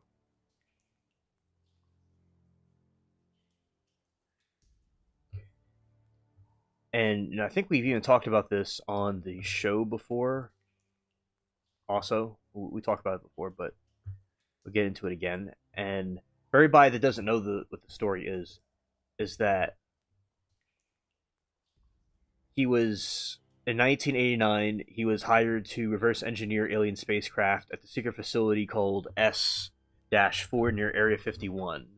And we have seen interviews and discussed people who have encountered these UFOs and that the plan was for them to take the alien design and reincorporate it into our technology. That's something that goes back to the planet Serpo. That goes back to many of the different alien stories of people who have dealt with them before. All right. And Lazar first appeared in the interview with the investigative journalist George Knapp under the pseudonym Dennis before eventually coming forward with his real name. The facility he claimed to have worked at the S-4 hidden site carved into a mountainside near Papo's Lake, where the U.S. government allegedly housed 9 distinct extraterrestrial flying saucers. It definitely goes with David Grush, Major Grush's story about the government hiding UFOs and alien craft and using them for things. Yes, yeah, so to answer your question, like I said originally, is yes, I believe there's truth to it, and also just explain to everybody else in the room what the story was about at the same time. Shout out to Barry Toodles. And controversy. His story is heavily debated because many of his credentials, including his education at MIT, Caltech, and his employees at Los Alamos National Laboratory, have been difficult or impossible to verify. Although I believe, in spite of the controversy, because they're always going to tie controversies to these UFO sightings, but they're doing that for censorship reasons. I don't think it's based on credibility of but I believe that he is credible and he's being honest, but there are people going to try to discredit him because there's a whistleblower that talked about this, another story of a dude that fought a gray alien, and he lost his fingers, and he died around the time he was exposing it. There's incidences of people being whistleblowers about the extraterrestrials and aliens, and they die for some reason. It's very strange. So yeah, I think it's real, especially when they're trying to cover it up. Now, this is something else he did. He provided specific technical descriptions of the craft that he allegedly worked on, most notably the nicknamed Sport Model, the propulsion system the craft do not use traditional engines, wings, or fuel. Instead, they use gravity wave propulsion. There is something called element 115 that is apparently used for levitation or alien craft. That is an element that is used for that. All right, there's amplifiers. The three gravity amplifiers at the bottom of the craft. The what? The craft do not use traditional engine, wings, or fuel. Instead, they use gravity wave propulsion and amplifiers. The gravity amplifier at the bottom of the craft can focus on direct gravity waves.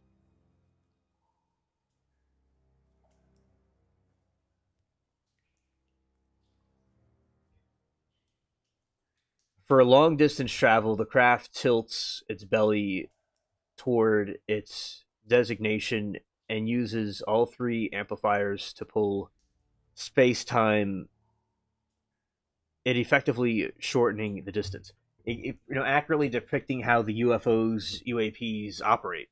And just as I mentioned a moment ago, element 115, the power source. Lazar claimed that the ships were powered by a stable isotope of 115 U and Upentium, now known as muscovium. According to Lazar, the element was placed in an antimatter reactor about the size of a basketball where it was bombarded to produce energy in its own gravitational field.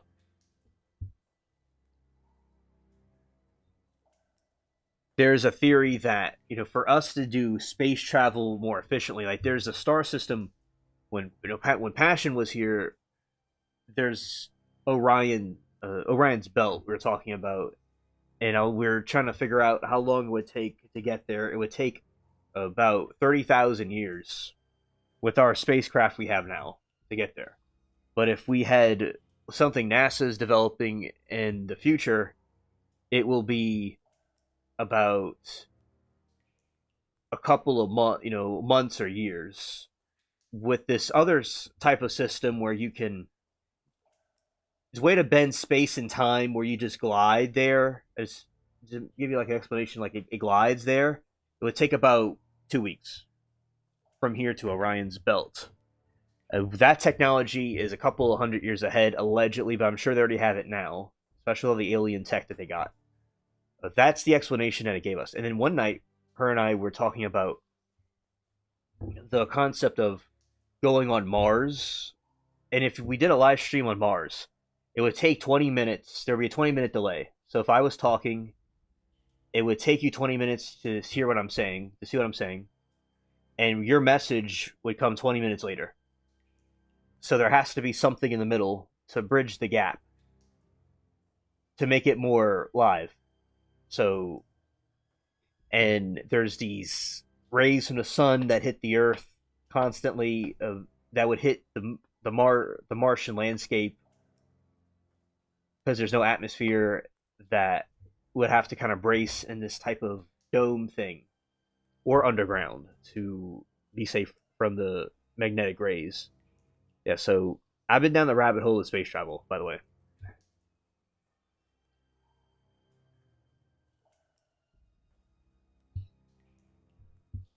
Oh, absolutely. There was those I believe are true. When we were talking one night about the the man that worked for NASA, not for NASA, who worked for the secret Area 51 program, and he was, brought an alien to a portal, who a Stargate, right, and he was transported to another realm. Not him, but the alien was. So yeah, the Stargate thing has to do with the interdimensional hypothesis that the aliens are from another dimension, and the other theory about them being time travelers. So there's a theory that the aliens are time travelers from 56,000 years from now. And they're humans that went into space, and their eyes got bigger, and their skin is gray, and but I do still think they're probably some other type of being, and it's not really true what they're saying. Because before they're aliens, now they're time travelers. They just keep changing the story. They're not. They either were lying before or lying now. But yeah, they, oh, the Stargate and the space bridges and Project Yellow Book. There's this book. There's like a tablet thing the aliens have, which is a history of the entire universe, and it talks about interdimensional hypothesis and space travel and all kinds of answers to things that we don't even know about. Okay, what's going on here?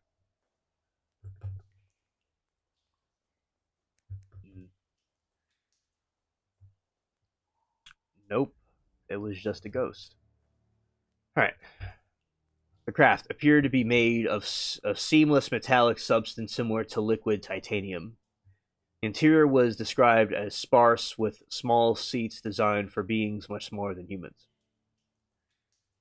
Because the craft bend space rather than moving through air with lift, they can be instantaneously sharp turns and achieve high speeds without the occupants feeling the crushing effects of G-force inertia of travel.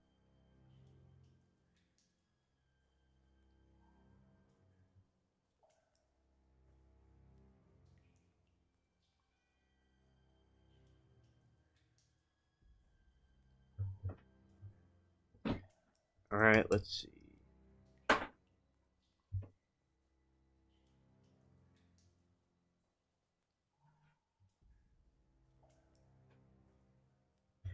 Hey, going this way.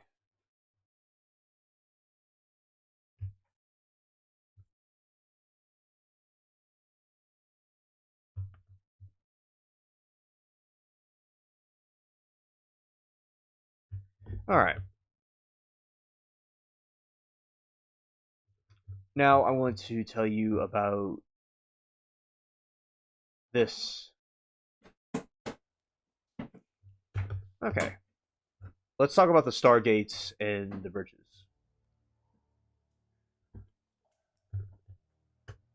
We're going to do that right now.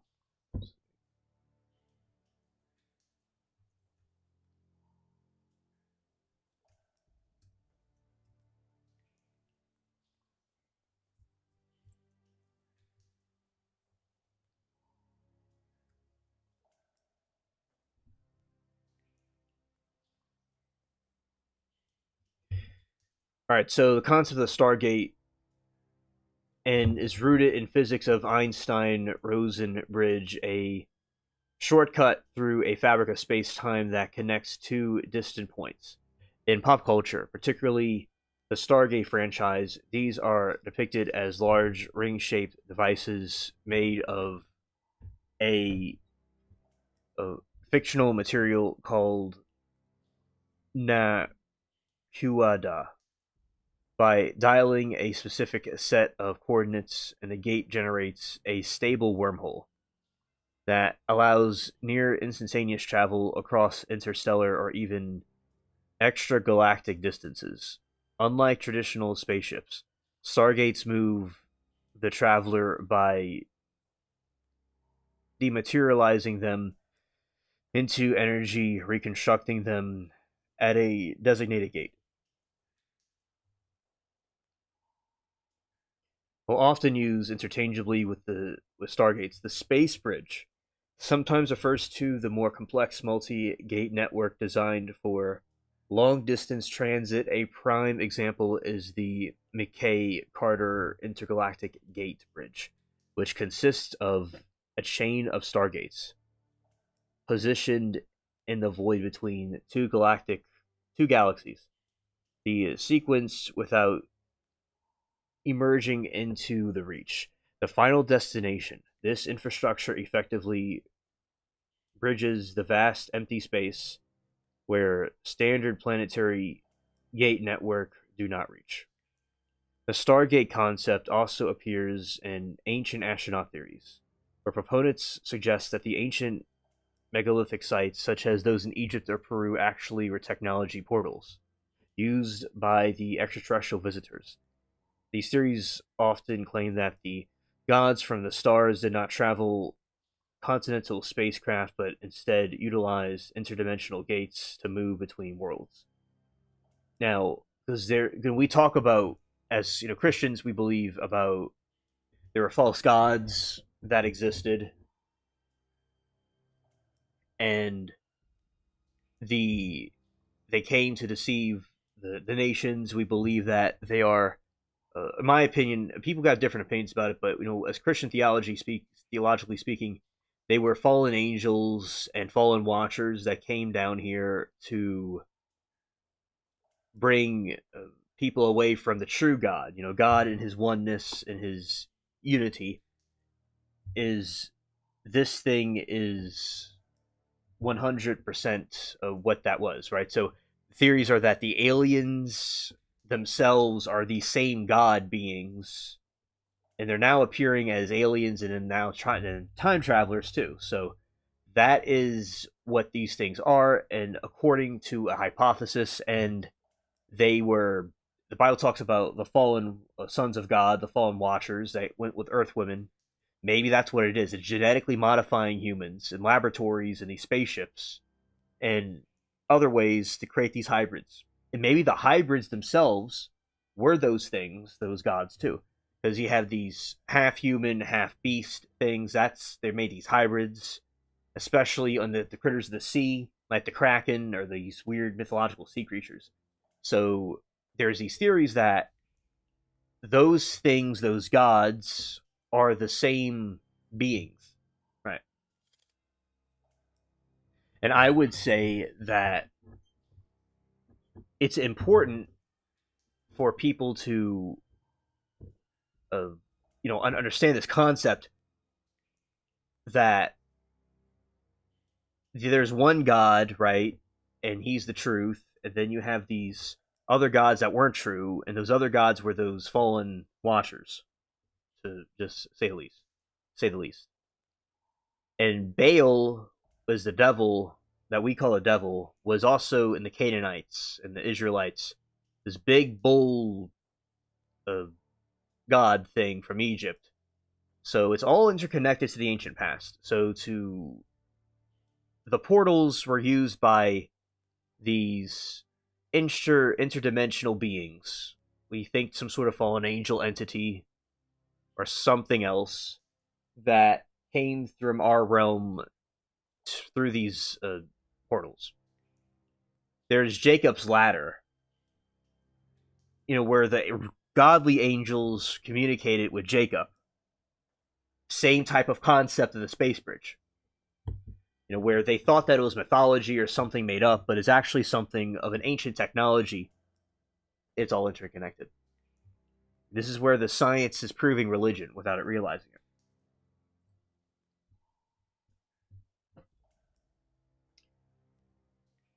While these claims lack scientific evidence, they have deeply influenced modern scientific fiction, bending archaeological mystery with advanced theoretical physics.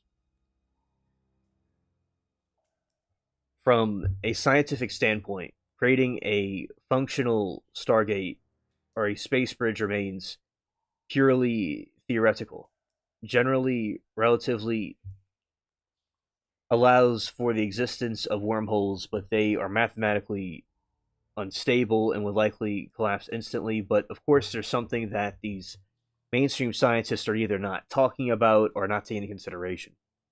To keep the throat open for travel, form of exotic matter with negative energy dense would be required of the substance that has never been observed in nature, but they observed it in nature. They're just not telling people. And most physicists view the bridge as a mathematical curiosities rather than viable engineering blueprints for future travel, but they're just concealing that information, not really being honest about it. So that's how that works.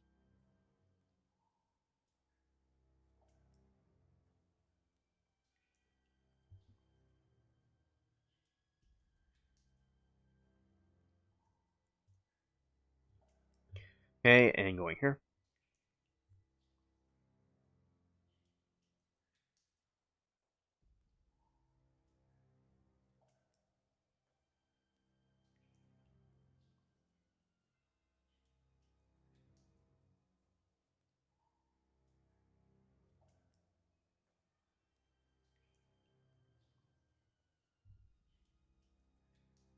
All right, let's see. In physics, a stargate is so theoretical physics. Just the wormhole consists of two mouths connected by a throat. Mathematically, these could connect two distant points in the same universe to different points in time, or even entirely different universes.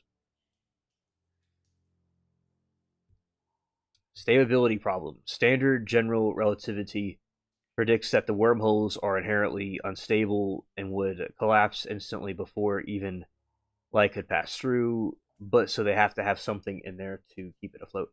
And exotic matter. To keep the throat open, the physics like Kip Thorne propose that the use of exotic matter with negative energy density, because negative energy is, oh, okay. So yes, hopefully you can get that done soon, and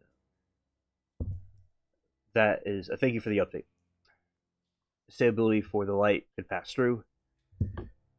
So yeah, it's just so the wormhole is a very complex thing. It's also very fragile.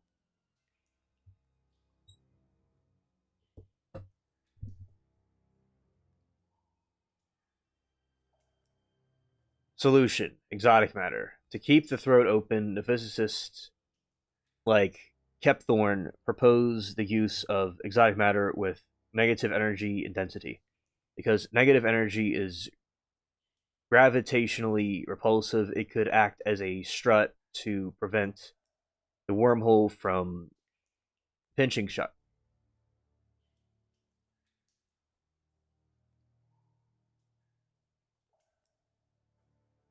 ER-EPR conjecture. A modern theory suggests that the wormholes and quantum alignment are related, hinting that the fabric of space and time itself may be built from these quantitatum bridges. Interesting. Okay.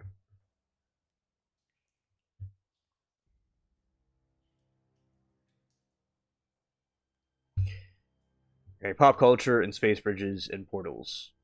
Science fiction often bypasses the energy requirements for real physics to create the space bridges, function vital infrastructure for intergalactic societies. Most iconic example features the stargates that materialize travelers into the energy transmission theme, though a stable wormhole to destination gate. The McKay Carter Intergalactic Gate Bridge is a literal space bridge consisting of 34 gates placed in the void between Milky Way and the Pagaseous galaxies that allowed transit without a ship. Transformers. In the universe of Space Bridge, a powerful teleportation device used to transport ingrown troops between Cybertron and other planets like Earth. Unlike the ring-shaped stargates, these are often depicted as massive beam emitters or localized warp hubs.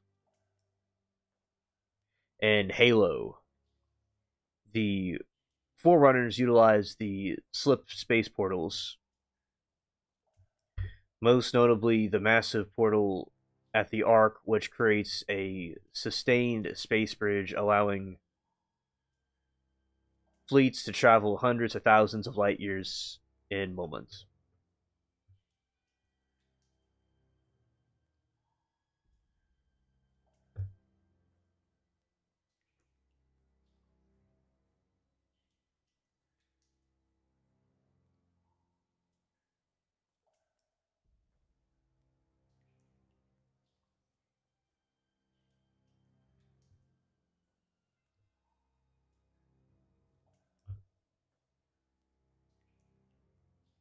And Thor, the Bifrost is described as a wormhole or Einstein-Rosen bridge that connects the nine realms. It acts as a bridge of light that physically pulls travelers from the location to another.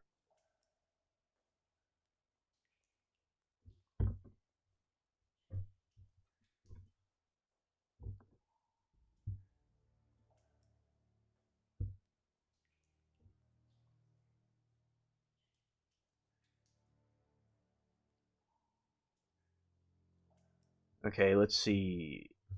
Let's go to the mathematical models.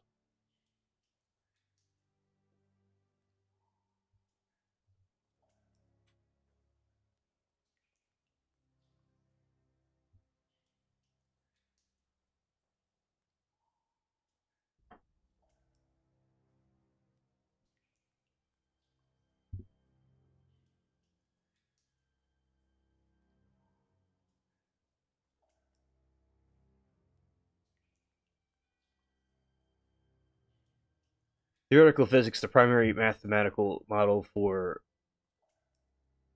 stable traversable wormhole, is the Morris storm metric. Unlike unstable Einstein Rosenberg that collapses too quick, the light passes through.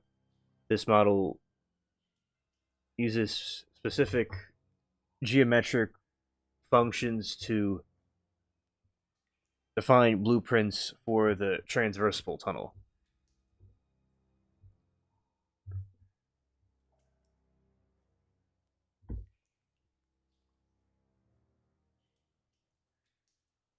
Metric describes geometry of space time using primary functions, right? The shape function, uh, b, and then with br, let's say. This determines the physical curve of the wormhole walls. For the tunnel to remain open, it must satisfy the flare out condition B O R0 1 throat, meaning the space curve outward into separate regions of the universe. The redshift function. This controls the gravitational redshift experienced by a traveler. To be transversable, this function must be finite everywhere. If reached infinity, an event horizon would form, making it one-way trip like a black hole rather than a two-way bridge.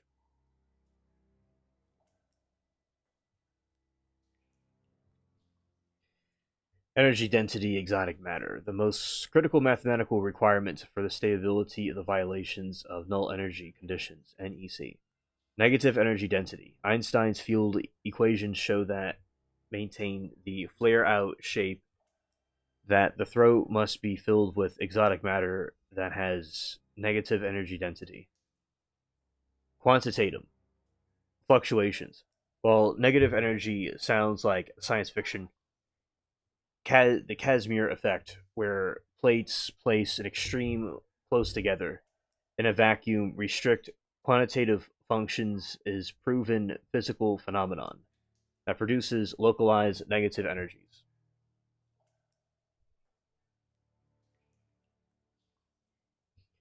Recent research has proposed ways to minimize or even eliminate the need for vast amounts of exotic matter. Visors, a thin shell model. Matt Visor proposed surgically grafting two pieces of flat space timed together, concentrating the exotic matter into a thin shell.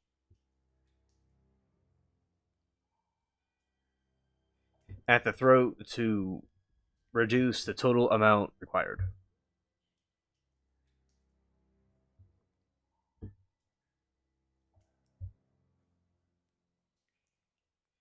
Modify gravity. Some models suggest that in the modified theories of gravity, like FR or Fi gravity, the geometry itself might provide the necessary repulsive force to keep the throat stable without as much exotic matter. Microscopic quantitative wormholes. Calculations in Einstein's Drake-Maxwell theory suggest that the microscopic wormholes could be a fully traversable quantum states without any negative energy at all, though these are too small for humans.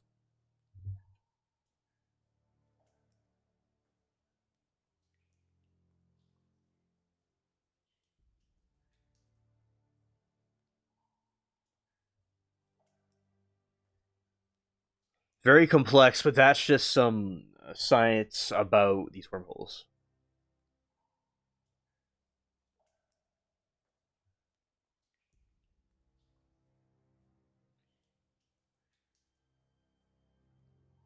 Okay, quantitative teleportation. Okay, let's see what this is about.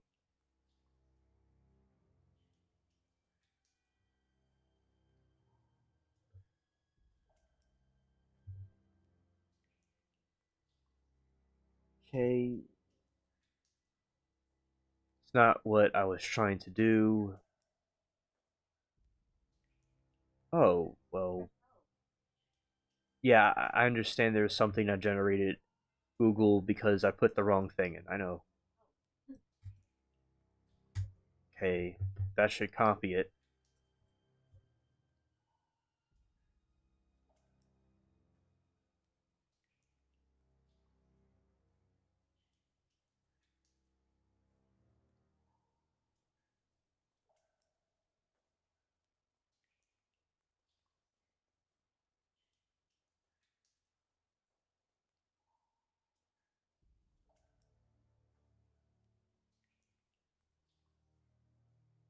Okay, quantum teleportation. All right, so just explain about what that is. It's the process of transferring quantum state information from one location to another.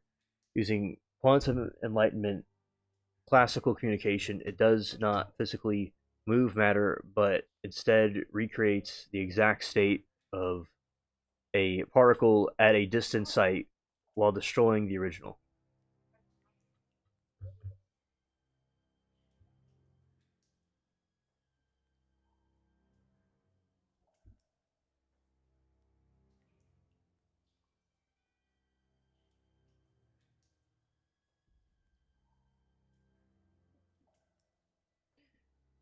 Recent experiment breakthroughs in 24 and 26. Remember, they have the technology, in my humble opinion, because of the aliens that the alien craft that they have. So they're going to really slowly reveal to us over time what information that they really do have, but they are not doing that at the moment. So teleportation over live internet. Researchers successfully teleported quantum states of light across more than 30 kilometers, 18 miles of standard fiber optic cables. Regular internet traffic was flowing through the same lines. This provided that quantum signals can coexist with conventional data without requiring a separate infrastructure. You see, in this situation, it's very clear that the internet concept came from these types of alien technology.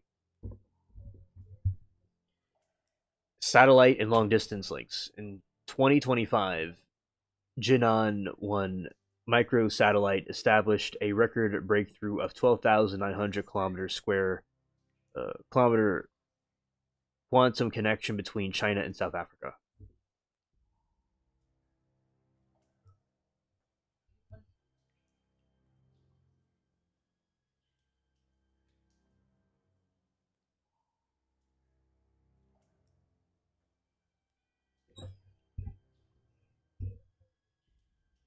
NASA's CQ space entanglement experiment was deployed to the International Space Station in late 2024. Test space base entanglement and self healing hardware against radiation.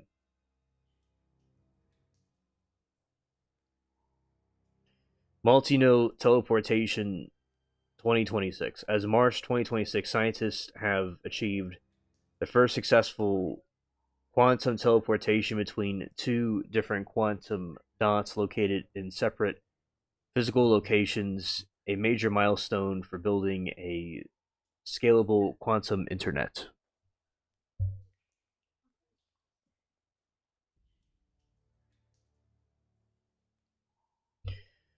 All right, the wormhole simulation, holographic teleportation.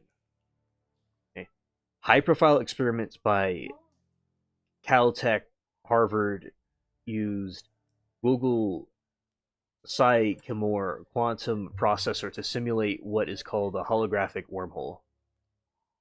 A process by entangling two sets of qubits representing the two ends of wormhole and applying negative energy shockwave, researchers observed quantum information travel from one side to the other in ways that mathematically mirrors the travel through the traversable wormhole.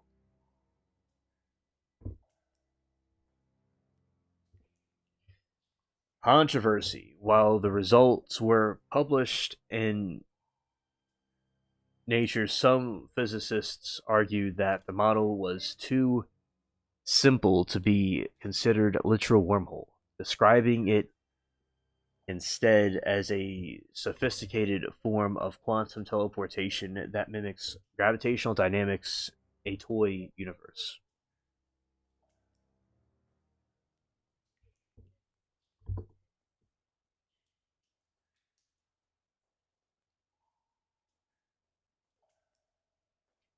ER equals EPR conjecture, which proposes that ER Einstein Rosen bridges, wormholes, EPR Einstein Podolsky Rosen paradox, entanglement.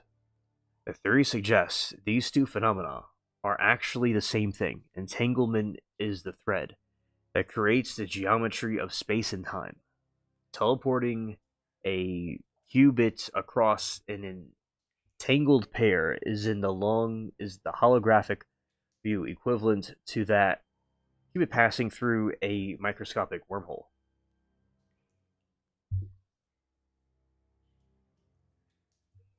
Let's go about the more of ER EPR theory.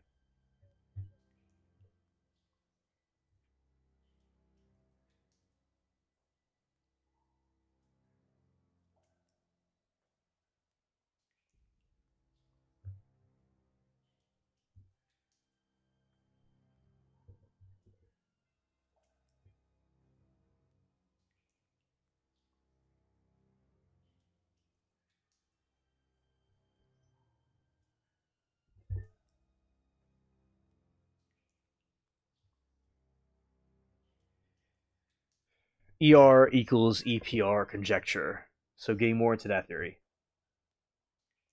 is a radical proposal in theoretical physics suggesting that entanglement EPR and wormholes ER are actually the exact same phenomenon viewed through different lenses. Proposed by Leonard Susskind and Juan Maldacena in 2013, the theory aims to bridge the gap between general relativity, gravity, and quantum mechanics, particle physics. Einstein-Rosen bridge. These macroscopic tunnels through space and time predicted by general relativity. EPR Einstein Podolsky Rosen.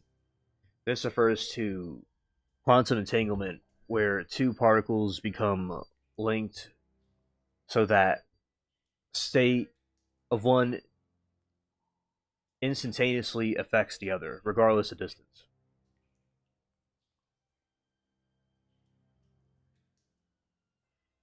ER and EPR suggests that whenever two particles are entangled, they are connected by microscopic physical wormhole in the fabric of space and time.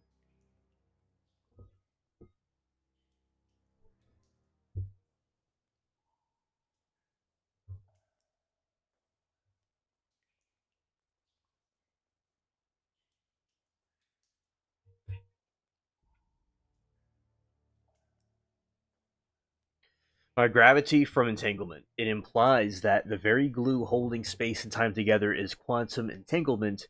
If you unentangle everything, the universe space time itself would likely fall apart into disconnected atoms of geometry. Solving the information paradox. It offers a potential solution to Stephen Hawking's black hole information paradox.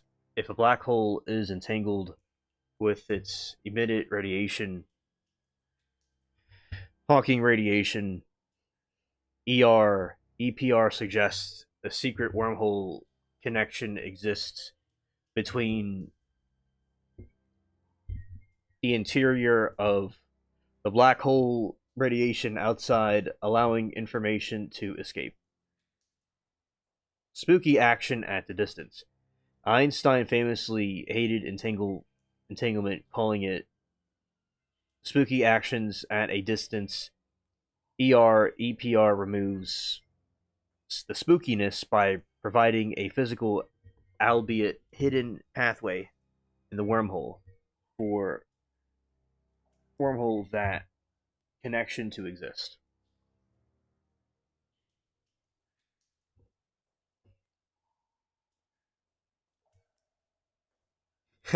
I'm looking at myself on the bottom of the screen. It's just I'm all over the place.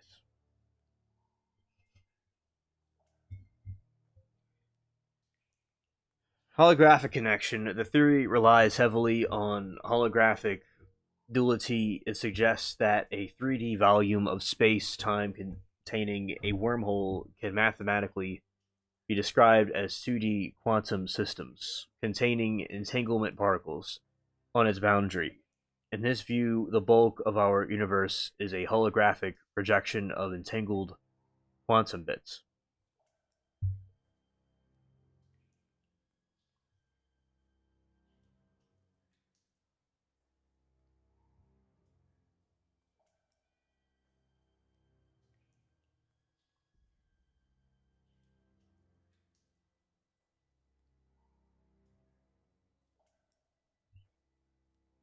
All right, let's see what Google's experiment was.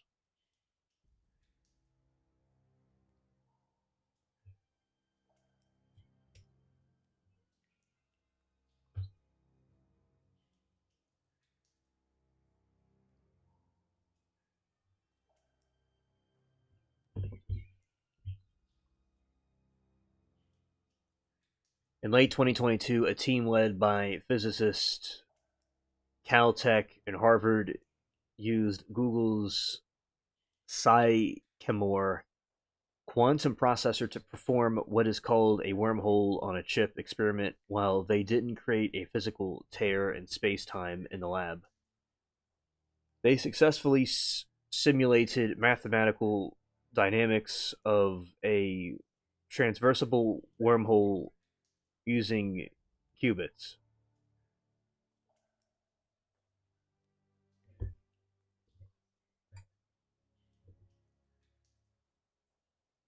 The researchers utilized simplified model of gravity known as Psych uh, Sakdevyev Kitayev model. The model describes a system of particles that is holographically dull to a wormhole, meaning the quantum physics of the particles perfectly matches the gravitational physics of a wormhole.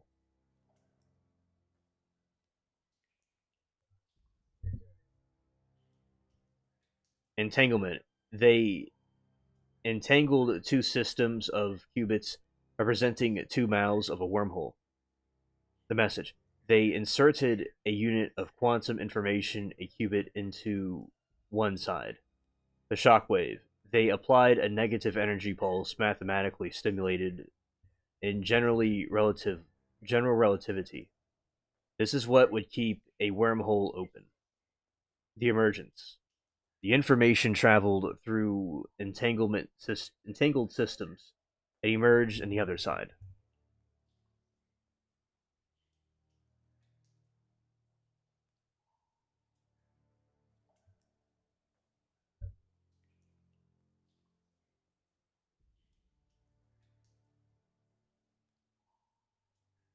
holographic teleportation, the timing and the way the information moved perfectly matched the predictions of a particle falling through the traversable wormhole in the 2D universe. It wasn't just a standard quantum teleportation. The information moved with specific signature of gravity. So very cool. They're doing these types of experiments.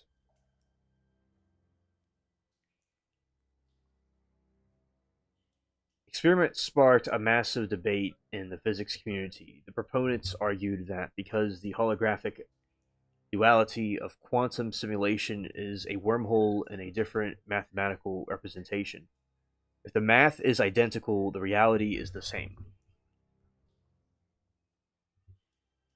The skeptics pointed out that the model is extremely simplified, only 9 qubits. They argued it was a clever quantum simulation of gravity, but not literal physical bridge in our 3D spacetime.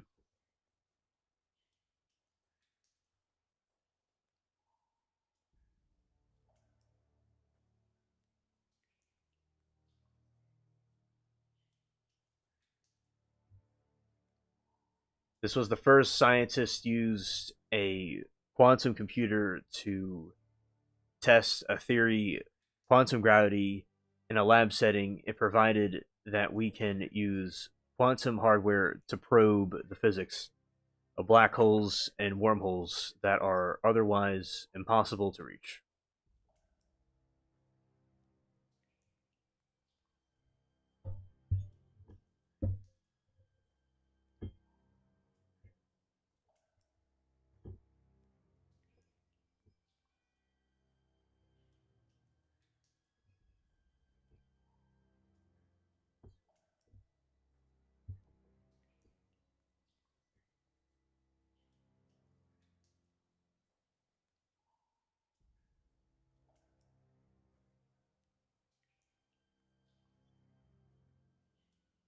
All right, let's see the future experiments that they're planning out for this.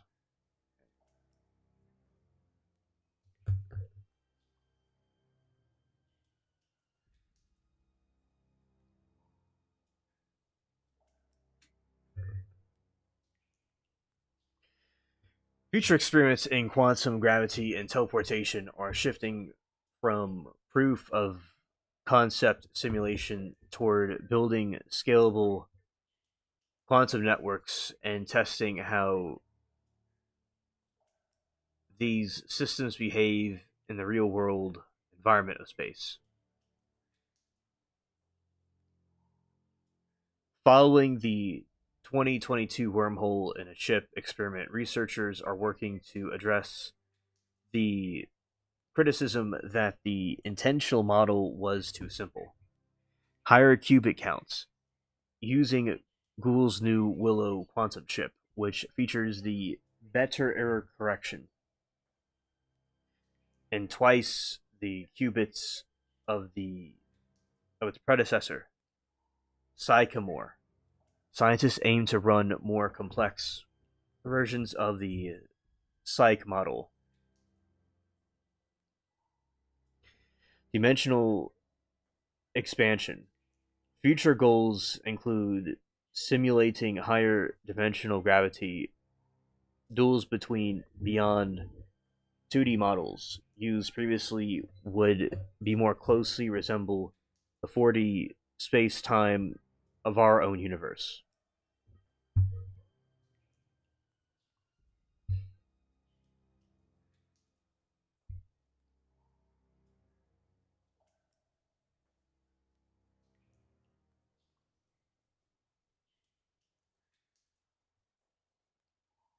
Space is becoming the primary test bed for testing the intersection of quantum theory and gravity.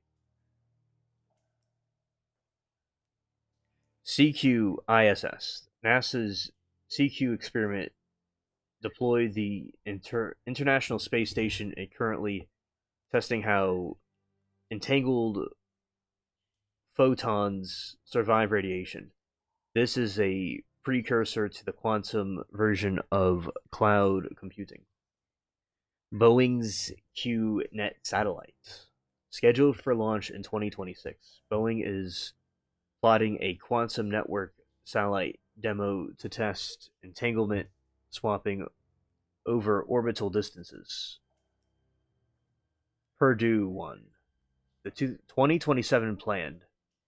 For 2027, this mission will conduct novel autonomous quantum experiments in space that have never been performed before. Wow. Incredible.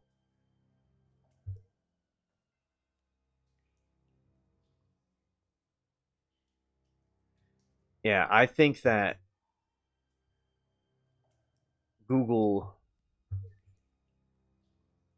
them doing this experiment will be interesting to see what the results are.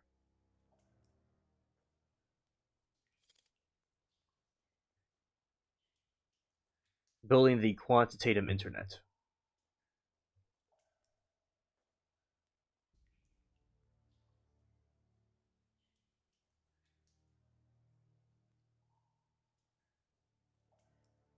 Recent breakthroughs in 26. Okay, quantum dot teleportation. As March of 2026, researchers successfully teleported quantum states between two different quantum dots across 270-meter optical link. Teleportation over existing infrastructure. Experiments in 2024 and 2025 provided quantum states could be sent through over 30 kilometers, 18 miles of live fiber optic cable, meaning future quantum networks could utilize current internet cables.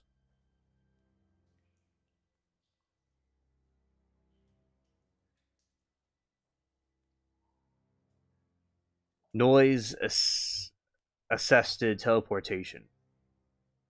A recent 2026 collaboration showed that noise, usually an enemy of quantum states, can actually be used to boost teleportation efficiently in messy real world conditions.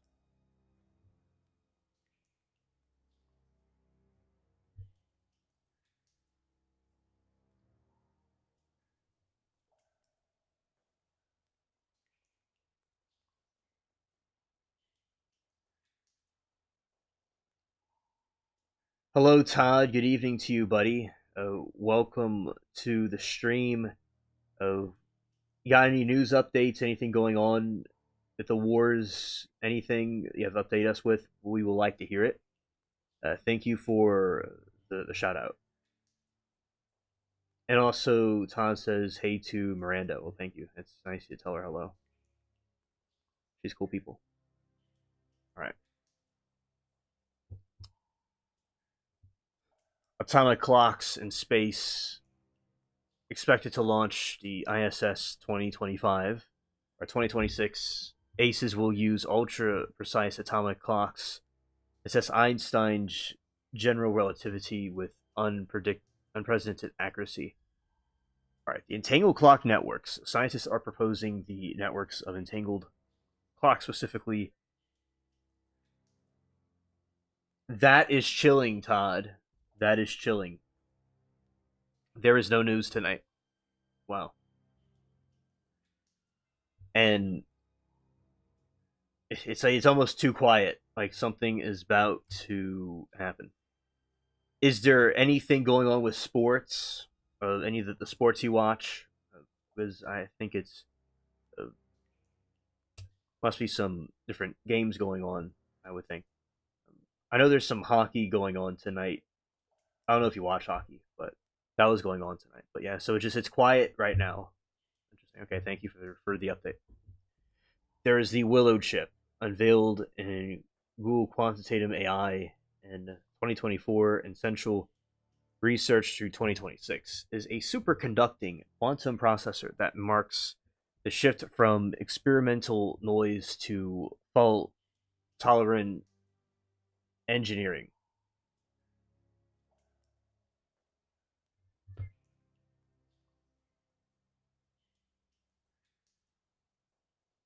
Okay, nothing new in sports or anything like that. Okay, thank you for the update. And something big may be coming. Okay, thank you for the heads up. Yeah, definitely would seem like it when something's just too quiet like that. It's just something is happening without us realizing it. Yeah. Okay. Thanks. All right. Qubit count. The Willow features a 105 physical qubits arranged in a square grid, doubling the capacity of its predecessor, Sycamore. Okay. Coherence time. T1 is achieved a fivefold improvement in stability, with qubits retaining their quantum state for approximately 100 microseconds from up to 20 US in previous generations. High fidelity. The chip operates with 99.997% single qubit gate fidelity and 99.88% two qubit entangled gate fidelity.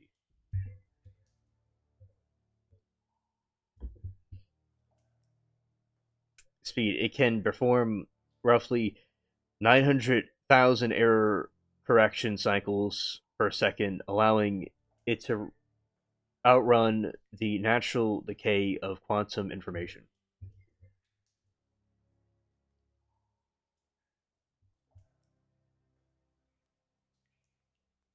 Exponential error correction.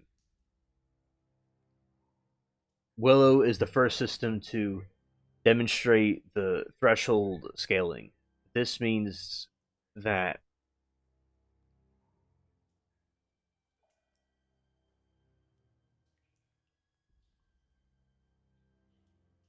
okay, Todd said there's a huge storm that is tracking across the country Saturday, Sunday, and Monday. Severe weather, snowstorm north, massive heat wave coming to the west coast, though. Well, Todd, it seems that the weather is being just all over the place, it seems. Okay. Well, thank you for that one. Okay.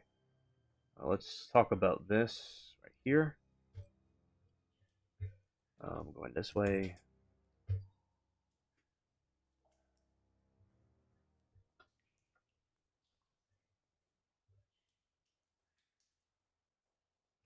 A massive megastorm and record-breaking heat wave impacting approximately 200 million people across the U.S. this weekend. Sunday, March 15 and Monday, March 16, 2026. Severe weather, a megastorm, central eastern U.S. A rapidly intensifying low-pressure system potentially evolving into a bomb cyclone is tracking from the plains toward the Great Lakes. So, all right. Bullet point is severe thunderstorm Sunday. A level 3 enhanced risk exists for nearly 22 million people from Texas to Illinois. Main hazards: damaging winds 70 to 80 miles per hour. Large hail storm tornado EF 2 plus. Impact areas: high risk in Missouri, Springfield, Columbia, Arkansas, Fayetteville, Fayetteville, Little Rock, and parts of Ohio Valley. So, Ohio, brace yourself. Monday outlook. The severe threat shifts to East Coast, impacting areas from Florida Panhandle to Pennsylvania, including Washington, D.C., Baltimore, and Raleigh.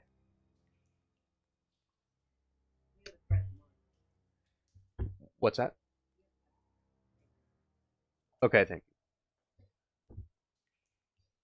Snow and blizzard conditions in the north. The north side of the system is delivering a significant late season winter weather accumulation.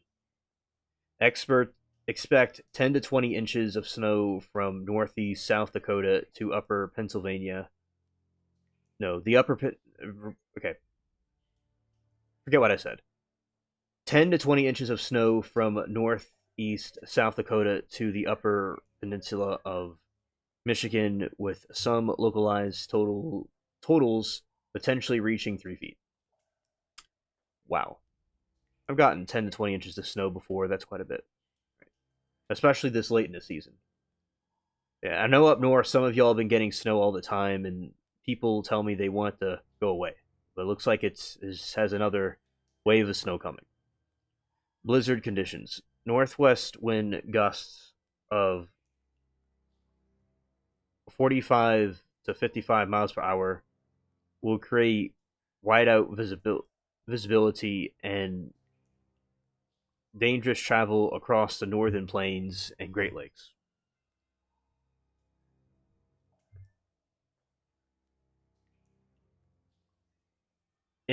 Todd said, in my area, we won't get the storms until very late Sunday night, early Monday morning. Storms could be nasty. Might want to watch Ryan Hall tomorrow. Thank you for that, and shout out to Ryan Hull. I recommend that channel. He talks about weather. I believe one of the best. I believe the best weatherman on YouTube, and I certainly will be watching his stream if he goes live, and I'm pretty certain he's going to go live. So thank you, Todd, for the heads up about that.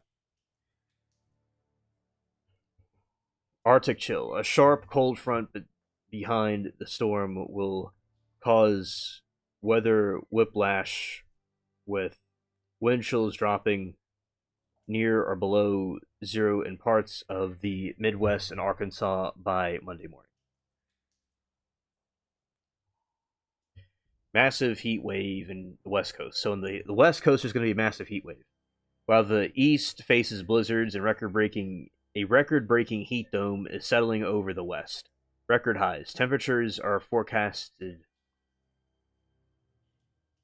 Yeah, and Ryan Hull on YouTube. Yes, correct. A shout out to him. Yeah, he's a weatherman on YouTube. You just type in the search bar Ryan Hull, y'all, the way Todd wrote it, and he shows the weather going on across the country with his team. And I'd say there's people on there that I know from around YouTube. That's how many people he has on his channel. I mean, I've watched him for a few years now. Todd was the one that told me about it. I remember when he did.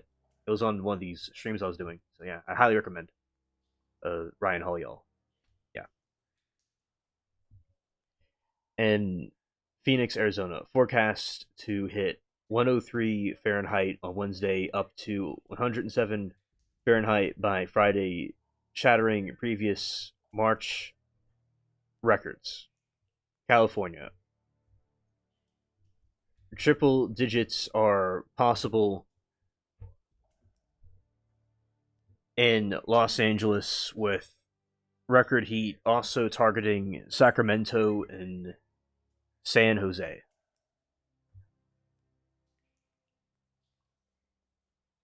And let's put this out here.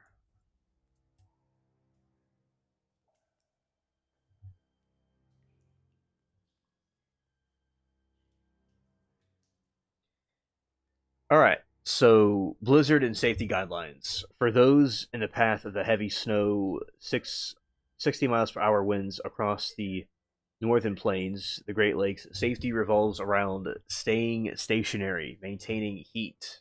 Stay indoors and off roads. Travel is extremely dangerous due to whiteout conditions. Visibility 1 to 4 miles. If you must drive, keep winter storm survival kit in your car, including blankets, a shovel, sand, cat litter for traction, and high calorie snacks. Prevent carbon monoxide poisoning. Never run generator or fuel powered heater inside your home or garage. Ensure your exhaust pipe is clear of snow. And this is Ryan Hall's latest video. Facts.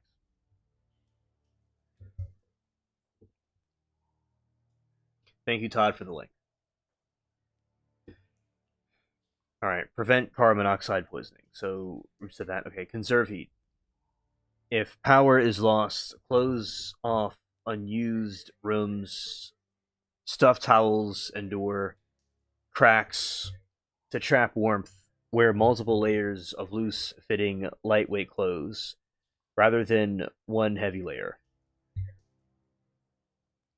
Avoid over extradition. Shoveling heavy, wet snow can trigger heart attacks. Take frequent breaks, and stay hydrated. Yeah, shoveling heavy snow can be really exhausting. Indeed. Yeah. Protect pets. Neighbors bring all pets indoors. Check on elderly neighbors to ensure they have adequate heat and supplies.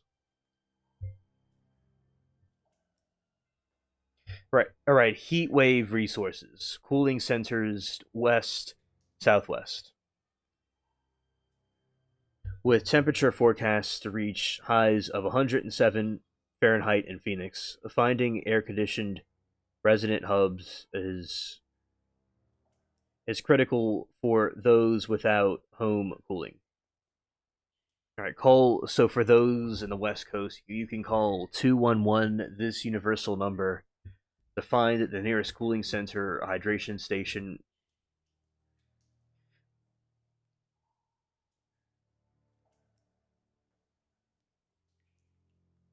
Okay, Todd, I will do that.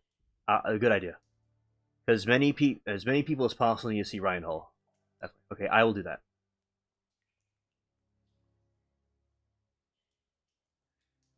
All right, good idea. All right, public libraries. Most public library branches including over 70 in Los Angeles, severe as official cooling centers during regular business hours. All right, key locations examples: Phoenix, Arizona. The Koya Library has expanded hours until 9 p.m. weekdays, and a 24/7 cooling station is located in Jackson and First Avenue. The Justice Center at Jefferson and 10th Avenue also providing afternoon, evening respite. Los Angeles, California. Residents can visit 211a.org or use the LA County Cooling Center map to find activated sites like Gala Zane and Marty Robbins Center. Sacramento, California. Centers typically open temperature exceeds 100 Fahrenheit, often operate from 1 p.m. to 8 p.m. All right, so heat safety tips. Stay hydrated by drinking plenty of fluids, wear light colored clothing, never leave children, pets in a car, even for a minute. Interior temperatures can reach 116 Fahrenheit within an hour when it's only 72 degrees Fahrenheit outside. You see, this situation, it's so important for people to know that like there is a trial that happened last year where somebody left their kid in their car and they didn't know that the power goes out. Not I mean the electric the air conditioning goes out at a certain time, and one of the kids died in there. So yeah, it can be very dangerous. All right, let's see. Let's see this list.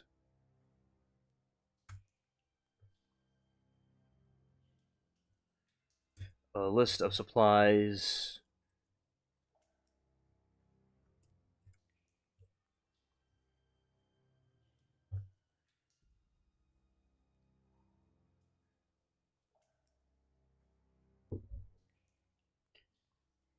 For both extreme heat and cold, basic disaster supplies kit should sustain your household for at least 3 days. Store items in airtight plastic bags within easy to carry containers like plastic bins or duffel bags. Water. 1 gallon per person per day for drinking and sanitation. Food. A 3 day supply of non perishable, easy to prepare items, protein bars, dried fruit, and canned meats. Communication. A light battery powered hand crank. N- NOAA weather radio, flashlights, and extra batteries. First aid kit and meds. Complete first aid kit and 7 day supply of critical prescription medications. Tools: manual can opener, multi-purpose tool, and cell phones with chargers, backup batteries. Sanitation: moist towelettes, garbage bags, and plastic ties. Layered clothing for the blizzard and freezing places. Layered clothing: extra sets of loose fitting, lightweight, warm clothes, including hats, mittens, and warmer than gloves, and sturdy, waterproof boots. Heat retention: sleeping bags are heavy blankets for every person, and thermal energy blankets.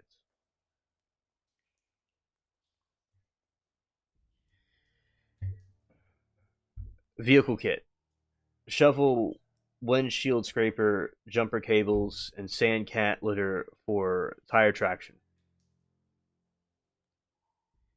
Emergency heat: firewood fireplaces are properly vented space heaters. Always have hardworking carbon monoxide detector if using any fuel burning heaters. All right. Specialized heat wave supplies: hydration plus, electrolyte replacement drinks, sports powers to replace salts and minerals lost through sweat.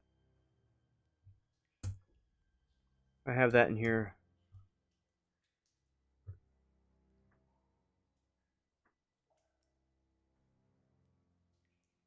Sun protection: high SPF sunscreen and wide brimmed hats. Cooling tools: low tech options like spray bottles for missing cooling towels and battery operated fans. Health monitoring: an oral thermometer to monitor for heat and exhaustion.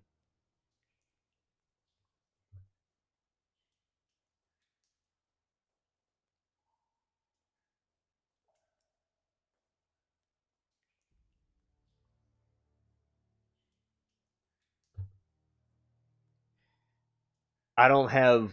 I'm going to show you all Google something here. We're gonna really get into this. So over in this other window,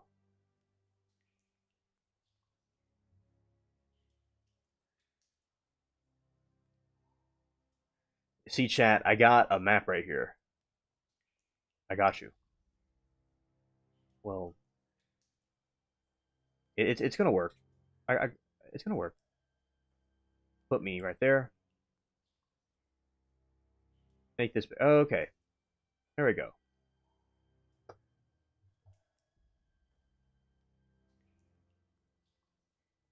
All right. This is the map of our part of the planet, right? So you got this thing up north, right? And it's moving that way, like we showed you, and it's going towards the east. And you can see right here, this is where the cold fronts like to develop, from Canada and the Arctic Circle. It's going down here, so you see the wind is heading towards the southern United States. Then you have out west, it's kind of cloudy, but then up north, it's even more cloudy. So, yeah, all that is the storm system that is about to cause problems to 200 million people in the United States, and it's going to leave this western side like a heat dome over that region. Just a fun fact. So, yeah, that's what it looks like right now. I usually use these for hurricanes. Like, they'll usually come from down there, and they come to where we are. But, yeah, this is just a little map. It's not a very advanced weather map like Ryan Hull and the other people use, but it's a just simple Google Earth right here. So yeah. Now going back to well, you know what? I could just keep it right there because I'm on the topic.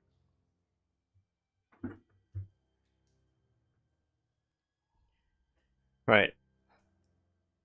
72-hour blizzard emergency kit, high calorie food and snow prep. And let's see, name some emergency food.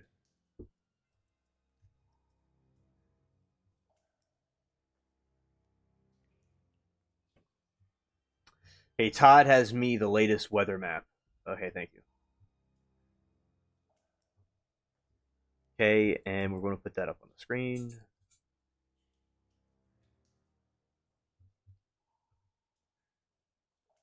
All right, with this one I'm about to show y'all is going to have some more technical things on it than what I just showed you. Because that way everybody can use this. Okay, what's it called?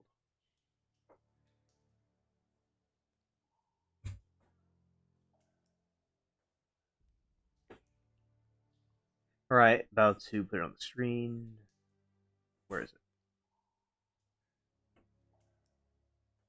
I know what I'm going to do. We're just going to copy this and put it in the other window.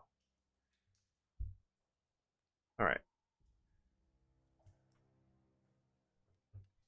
Yay. Okay, and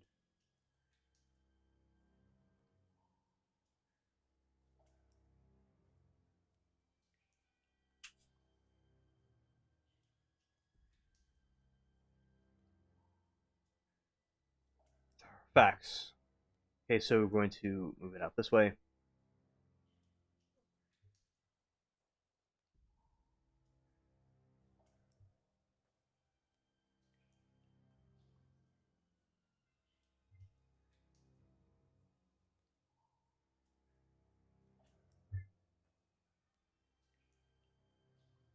All right, so here is the weather map. Hello, Moki. Good evening to you. Welcome to the stream. And uh, I, how did everything go today with the remembrance?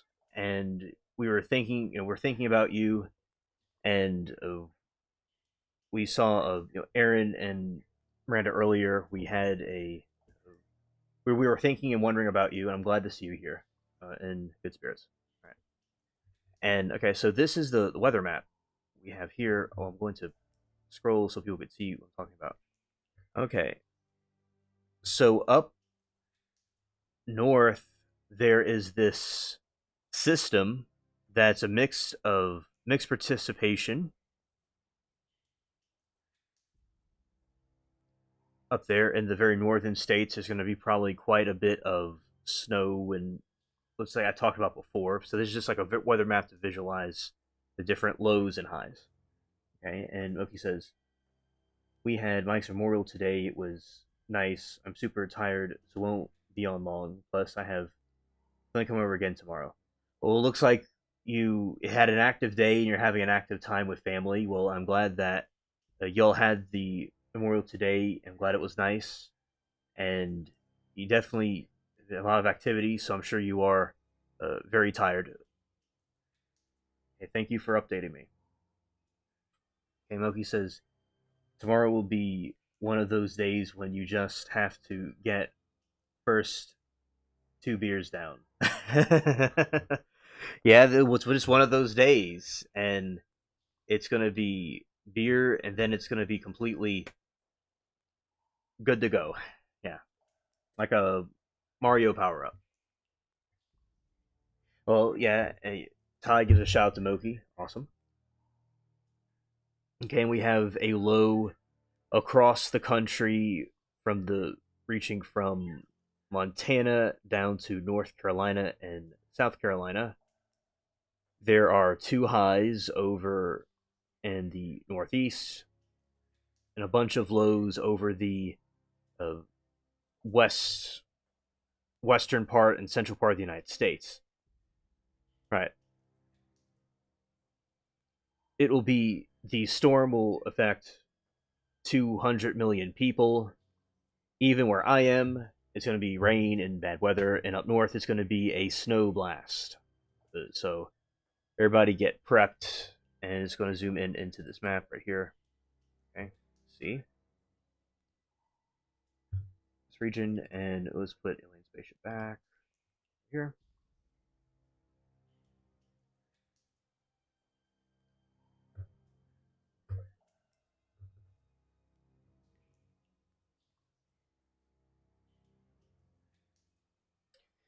Okay, thank you. Thank you.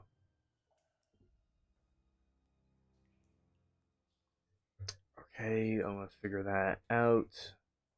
3 to 7.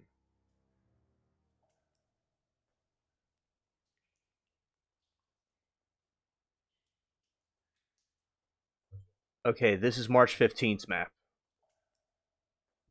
All right, this is March 15. Okay, thank you, Todd.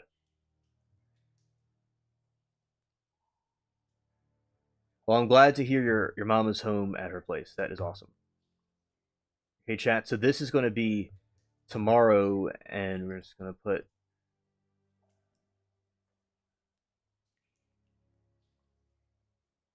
right there.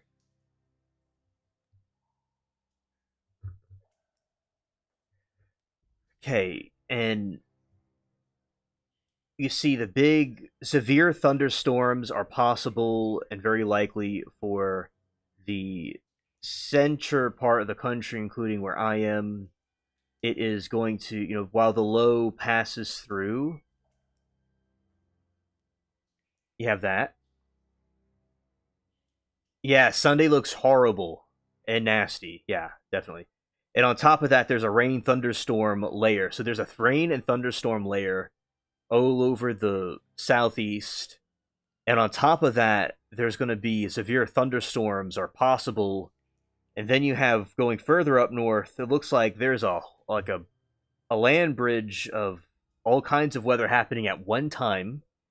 So up north, it's mixed precipitation. So I'm sure it's going to be, in my opinion, sleet and cold rain. And this part, and snow, and severe thunderstorms, and freezing rain is going to be possible too. So up north, it's going to be a whole mess. Ohio mostly looks like it's going to be very rainy, and the other half is going to be stormy. The center part of it is going to be rain thunderstorms. So uh, that is really going to be something else. Okay, up northeast, it's going to be freezing rain. It's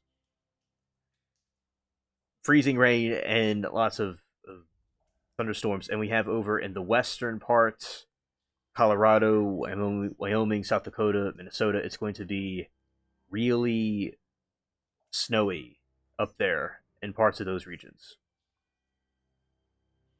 Over in the west coast, it's going to look like nothing much is going on, but there's going to be a heat dome over the west coast that's going to be happening, and it's going to be pretty warm in that region. Uh, by the way, it's a heat dome over the west coast. All right, so there's a low coming in. Just as a recap, a low's coming in, and it's going to bombard the central, southern, and northern United States. Like the eastern half of the United States is going to be bombarded.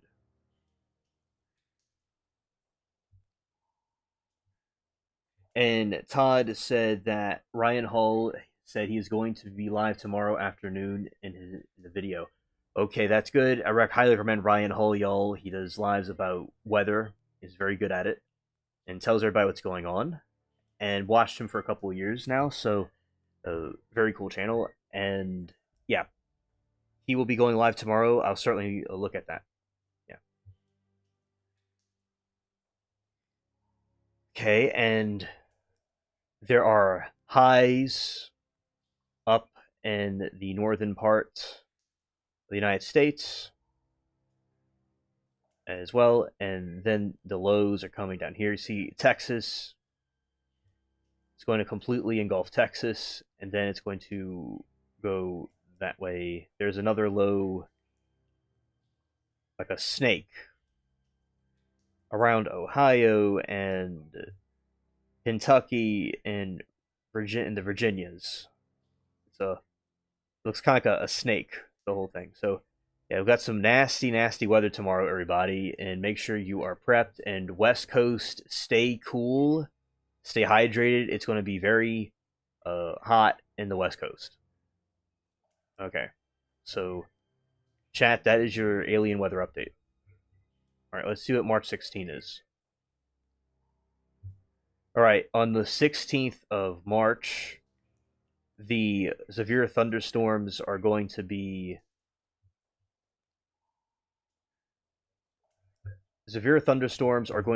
in the original colonies of the United States, which I call them, but Georgia, South Carolina, all the way up to Pennsylvania.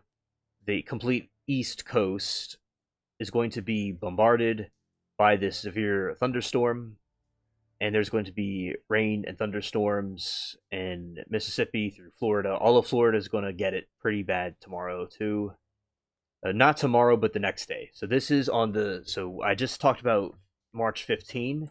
Now March 16. It is going to be East Coast is going to get mixed precipitation, and Great Lakes is going to get snow, and it'll be so yeah. That is the report over West Coast. It's going to just be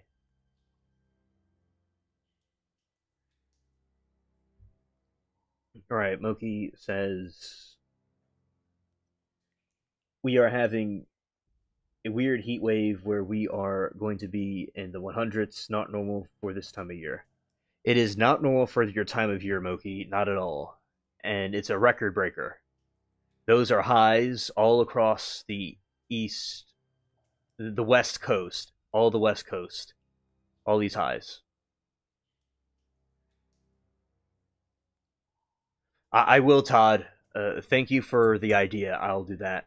Okay, thanks. I just saved it just now. Okay, and you got that. So you got all those highs, and you have a low coming down towards the going east. So yeah, the west coast is going to have a record-breaking heat wave, while the central and east coast is going to be bombarded by nefarious weather.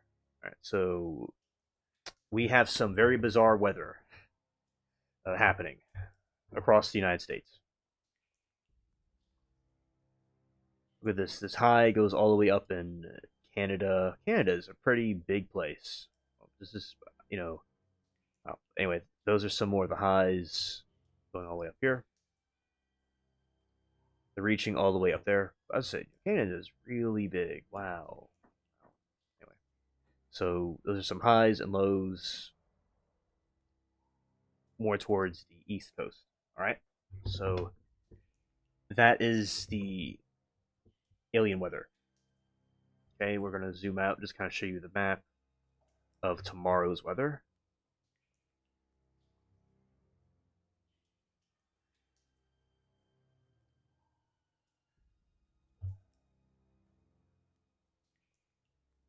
Okay, we have something right here on the 15th. On the 15th tomorrow, there's going to be a fire warning. Fire weather is possible for New Mexico. It's in Texas. Okay. And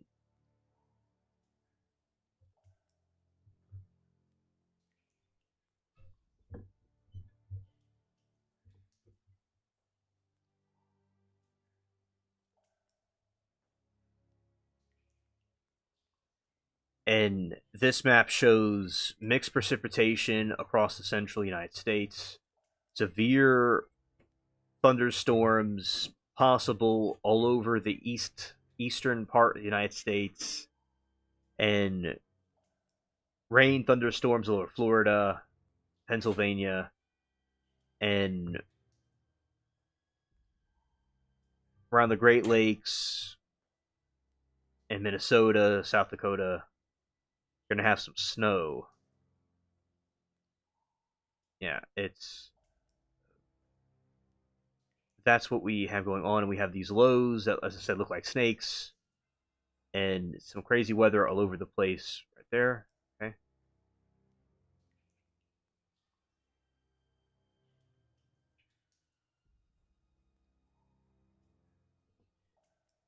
We have a bunch of highs and West Coast is going to be very hot. And so these are just the weather modules about what is going to be going on. So it looks pretty disturbing for the eastern part of the U.S. right there.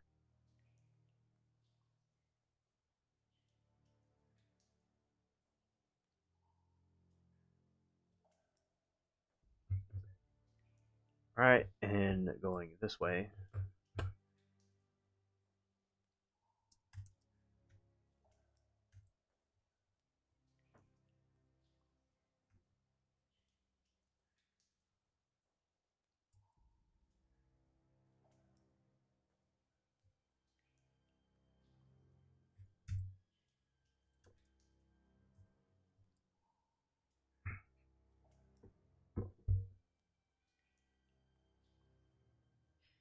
The U.S. West Coast is experiencing an unprecedented winter heat wave driven by the massive heat dome and intensifying marine heat wave. Temperatures are soaring 20 to 30 degrees above seasonal norms, with some areas approaching 100 degrees Fahrenheit to 38 degrees Celsius before official start of spring. Record breaking heat is caused by several converging factors. Powerful heat dome. A robust high pressure system or ridge has parked over the California and Southwest. In the system, air sinks and compresses, acting like a lid that traps and intensifies heat near the surface while preventing cooling clouds from forming. Strong marine heat wave. Sea surface temperatures off Southern California are up to 5 degrees Fahrenheit above average. These warm waters prevent coastal air from cooling down at night, creating a feedback loop that sustains high temperature land. All right, and current warnings are posted on the SPS Severe Weather. Yes, that is true. Thank you.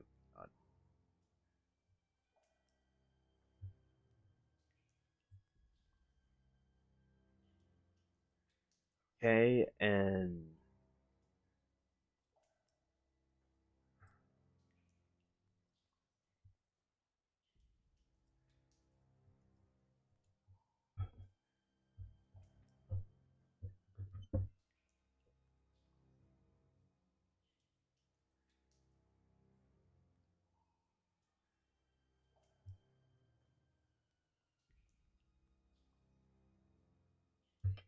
May 14,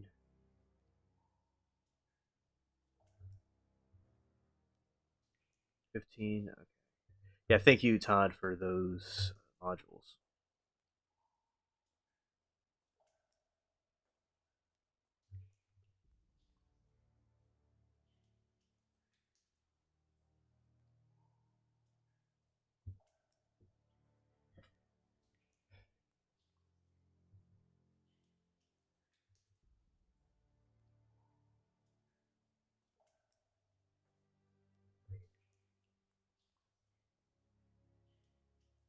National temperatures. Interesting. Yeah,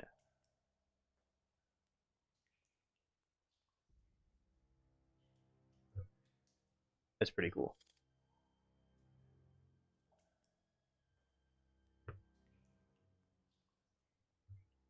Okay, and the strong marine heat waves. So sea surface temperatures off Southern California are up to 5 degrees above average. These warm waters prevent coastal air from cooling down at night, creating feedback loop that sustains high temperatures on land. Atmospheric blocking. The jet stream has bulged northward, ushering in warm air from the south while blocking cooler storms. This configuration has effectively shut off the Pacific breeze that typically act as the region's air conditioner. Climate change amplification. Scientists. Okay.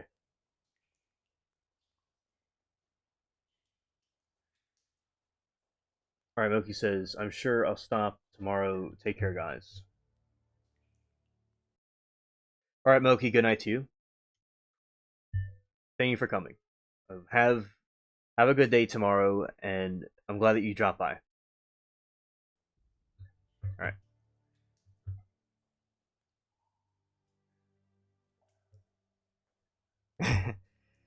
And your aunt's trying to kill with the drinking. Scared.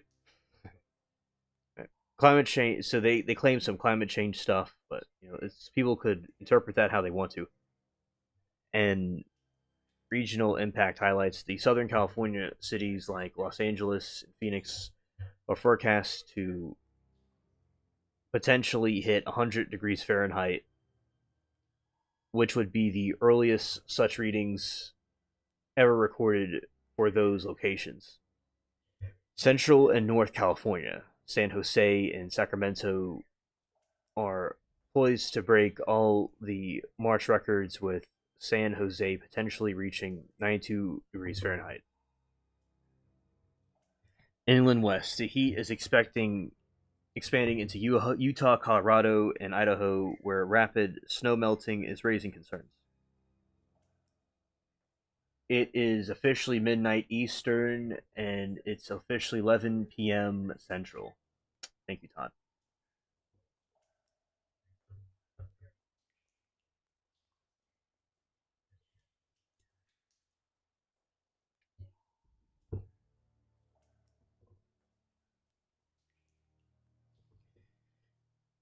As of March 14, 2026, the U.S. the West Coast is midst historical barreled heat wave that is shattering all-time March records and significantly escalating wildfire concerns for coming season.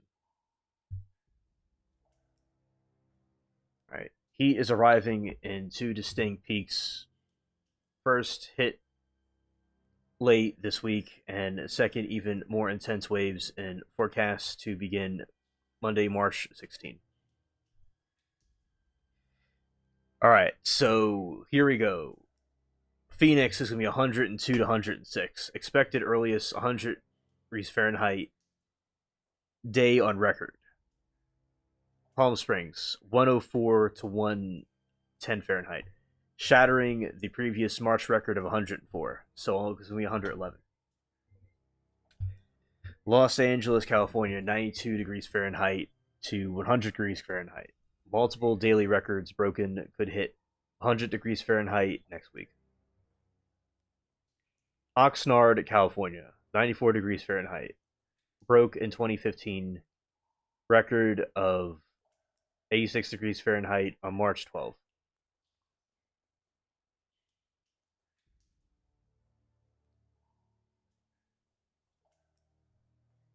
Come Marililio, California. I probably said that wrong. 93 degrees Fahrenheit broke 2015 record 89 degrees on March 12th. Santa Ana.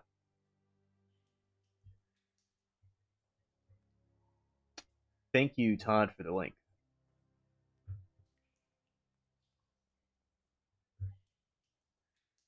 All right. Shout out to the spaceship cats.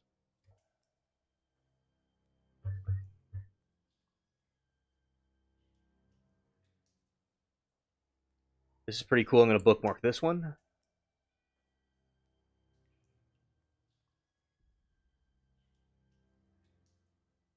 This is cool, chat. Okay, chat. This is a way people could see time of a of the country. Okay.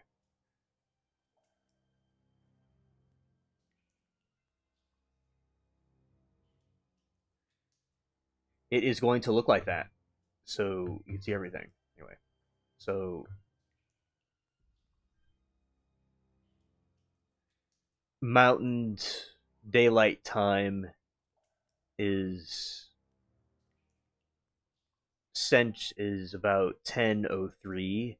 Central is 11:03, and the eastern coast is 12:03. Okay, and Pacific Daylight Time is it's 9:04 over there on the West Coast. All right. All right. Hawaii is 6:04 p.m. and Alaska is 8 p.m. All right. We have that. No, good. We're going to just put it this way.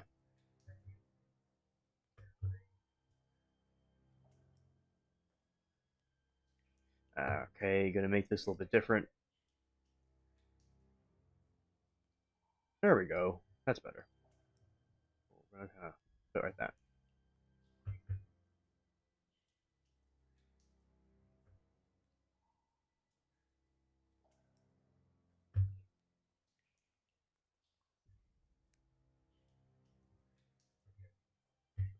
Okay, so wildfire risk outlook. While there is currently enough residual in soil moisture for winter rains to prevent immediate large scale infernos, this extreme heat is baking the landscape and setting a dangerous stage for the summer. Snowpack decimation. This unprecedented March heat is rapidly melting what was already a well below average snowpack. Experts warn that April 1 snowpack levels, a key indicator for summer water and fire risk, may be worst on record across many western watersheds.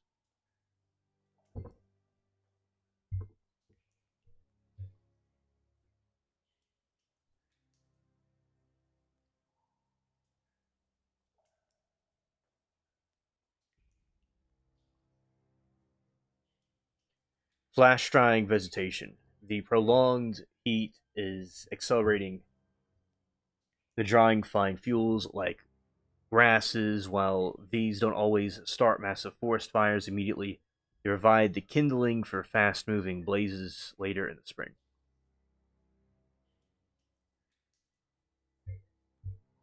Elevated summer season. Climate scientist Daniel Swain notes that the summer and March all but guarantees an early and intense start to the fire season, particularly in the high elevation forest regions like Sierra Nevada and the Cascades.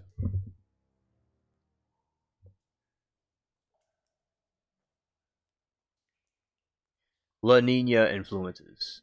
A developed La Nina pattern is expected to keep the region drier and warmer than average through May 2026, further compounding risk. All right, regional heat dome.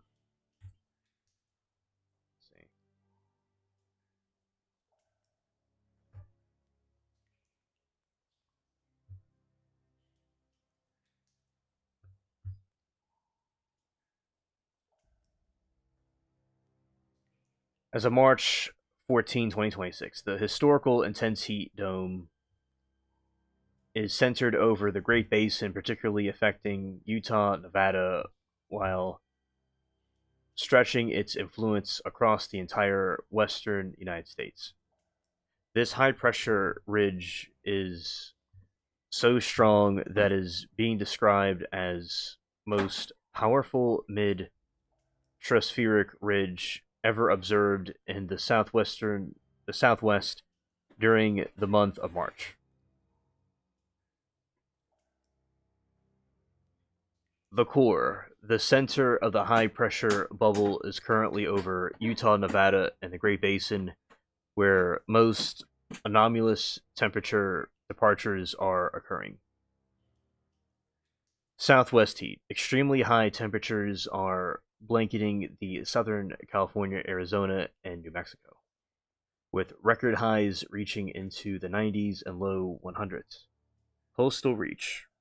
The heat extends along the California coast from San Diego Los Angeles, North San Francisco, Bay Area, where the temperatures are 25 to 35 degrees above normal.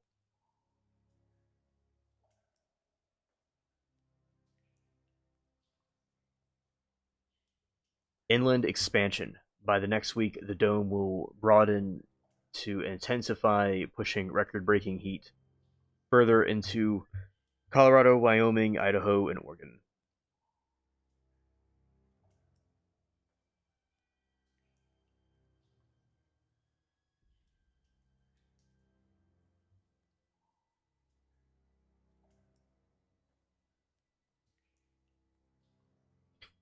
All right. Active for coastal inland valley communication. Okay.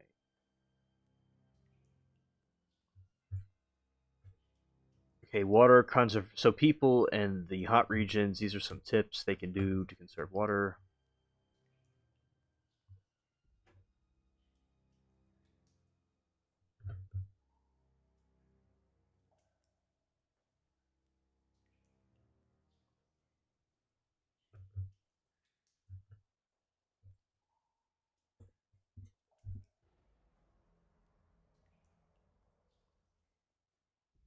Okay. With western U.S. facing summer in March, water conservation is critical to offset the rapid loss of snowpack. Implementing these indoor and outdoor strategies can reduce household water use by 20 to 40%.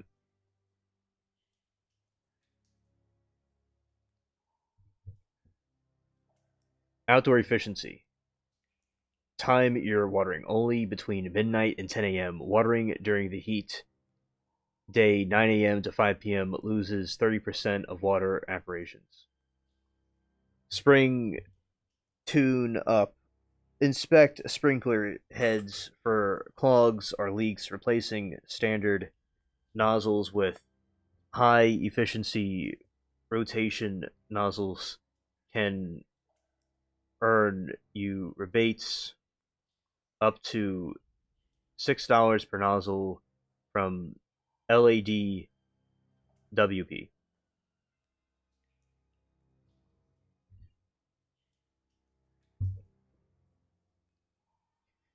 Mulch heavily, applying 2 to 4. This is like about watering plants. Of organic mulch, soil surpasses weeds and can reduce landscape water needs by 50%.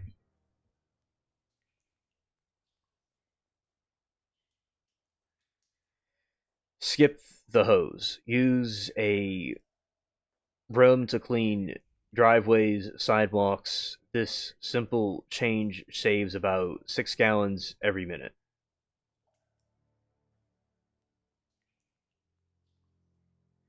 Cover pools. A well fitted pool or spa cover can water loss from evaporation by 9%. 5 minute challenge. Shortening your shower from 10 minutes to 5 minutes saves approximately 12 to 15 gallons per season.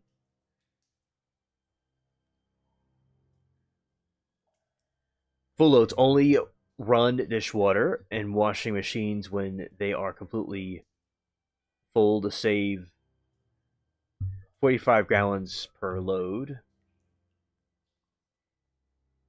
Capture weight water. Place the bucket in a shower to catch the cold water while waiting up for the heat of this gray water for indoor plants of your garden.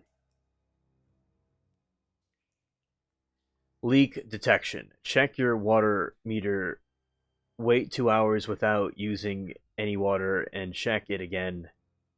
If the reading changes, you have a hidden leak. Okay. That is some watering facts during those that are in those regions.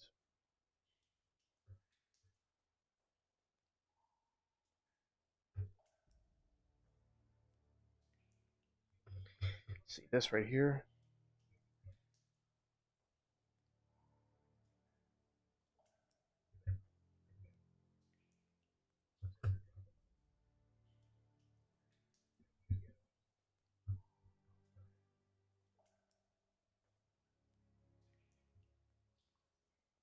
Okay, so let's look at some drought tolerant plants. It's like a fun fact for me, at least. Okay, let's go here.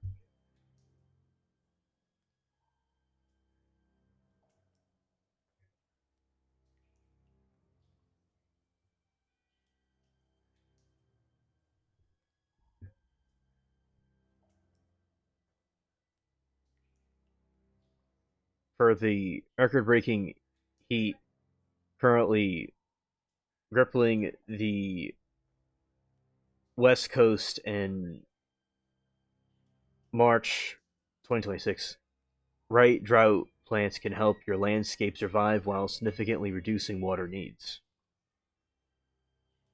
Okay, the desert Palo Verde, thornless hybrid that produces vibrant yellow blooms. In spring, it is highly drought resistant and serves as excellent shade tree for California and Arizona.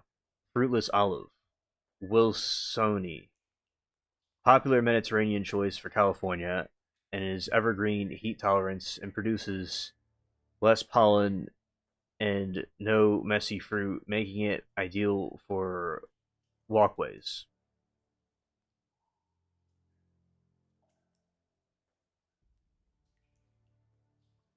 Texas Ranger, an iconic evergreen shrub known for silvery foliage and purple flowers that often bloom in response to humidity.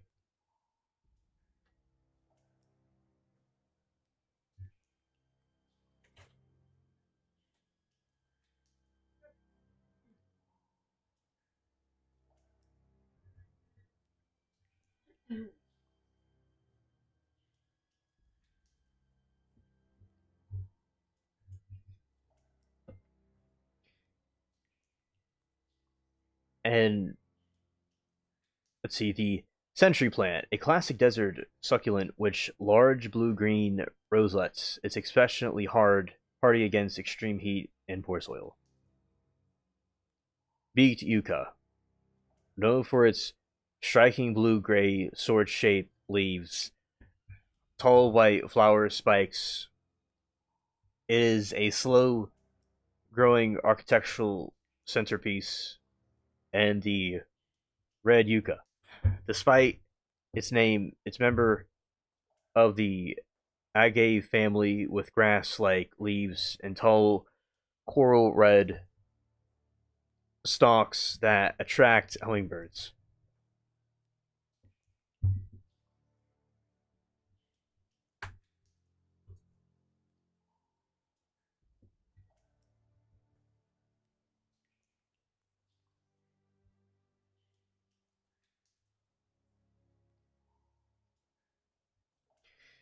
Russet sage, the features of silver green foliage and lavender blue flowers. It thrives in hot, dry conditions and attracts pollinators.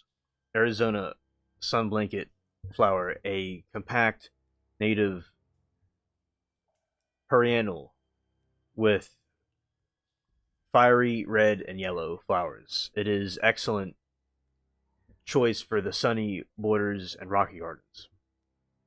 Lantana. That is true. Lantana does work. One of the most heat tolerant flowering plants available. It comes in various colors and can be used as either a mounding shrub or a sprawling ground cover. California buckwheat. Foundation and California flowering plants available and comes in various colors, and local birds, butterflies like it too. Okay.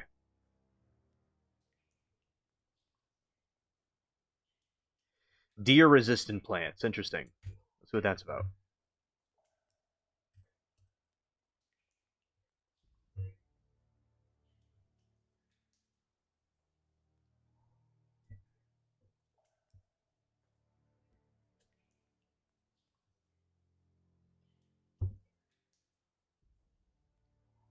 In the heat of the West Coast, the thirsty deer often become more aggressive in raiding gardens for moisture.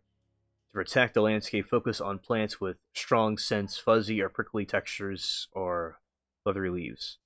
Lavender, extremely drought tolerant and virtually ignored by deer. Varieties like Phenomenal or Munstead thrive in current heat. Rosemary, a Mediterranean staple that thrives in California and Arizona, its pine like scent and needle like leaves make it a hard pass for deer. Russian sage. This plant has a pungent herbal scent and silvery gray foliage that deer find repulsive, and yet it produces beautiful, airy blue flowers.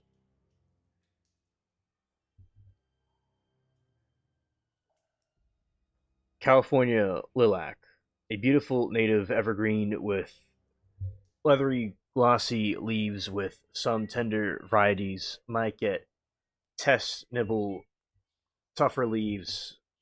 Types are generally resistant.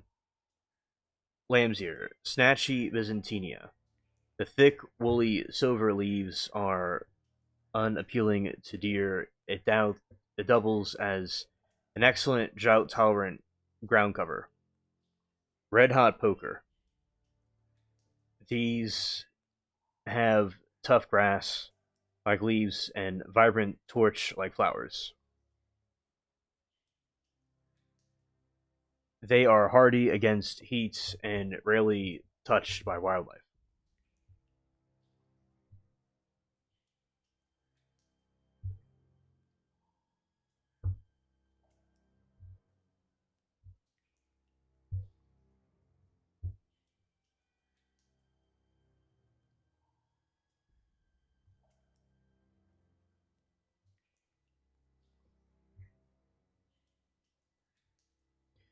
Yucca rosatra. The sharp, pointed leaves yuccas are act as a natural deterrent. Deer will not risk poking their noses. It goes to the core. Oleander, while it requires caution because it is toxic to pets and humans, it is one of the most deer-proof and heat-hardy shrubs in existence. Okay, we got that. Okay, chat, and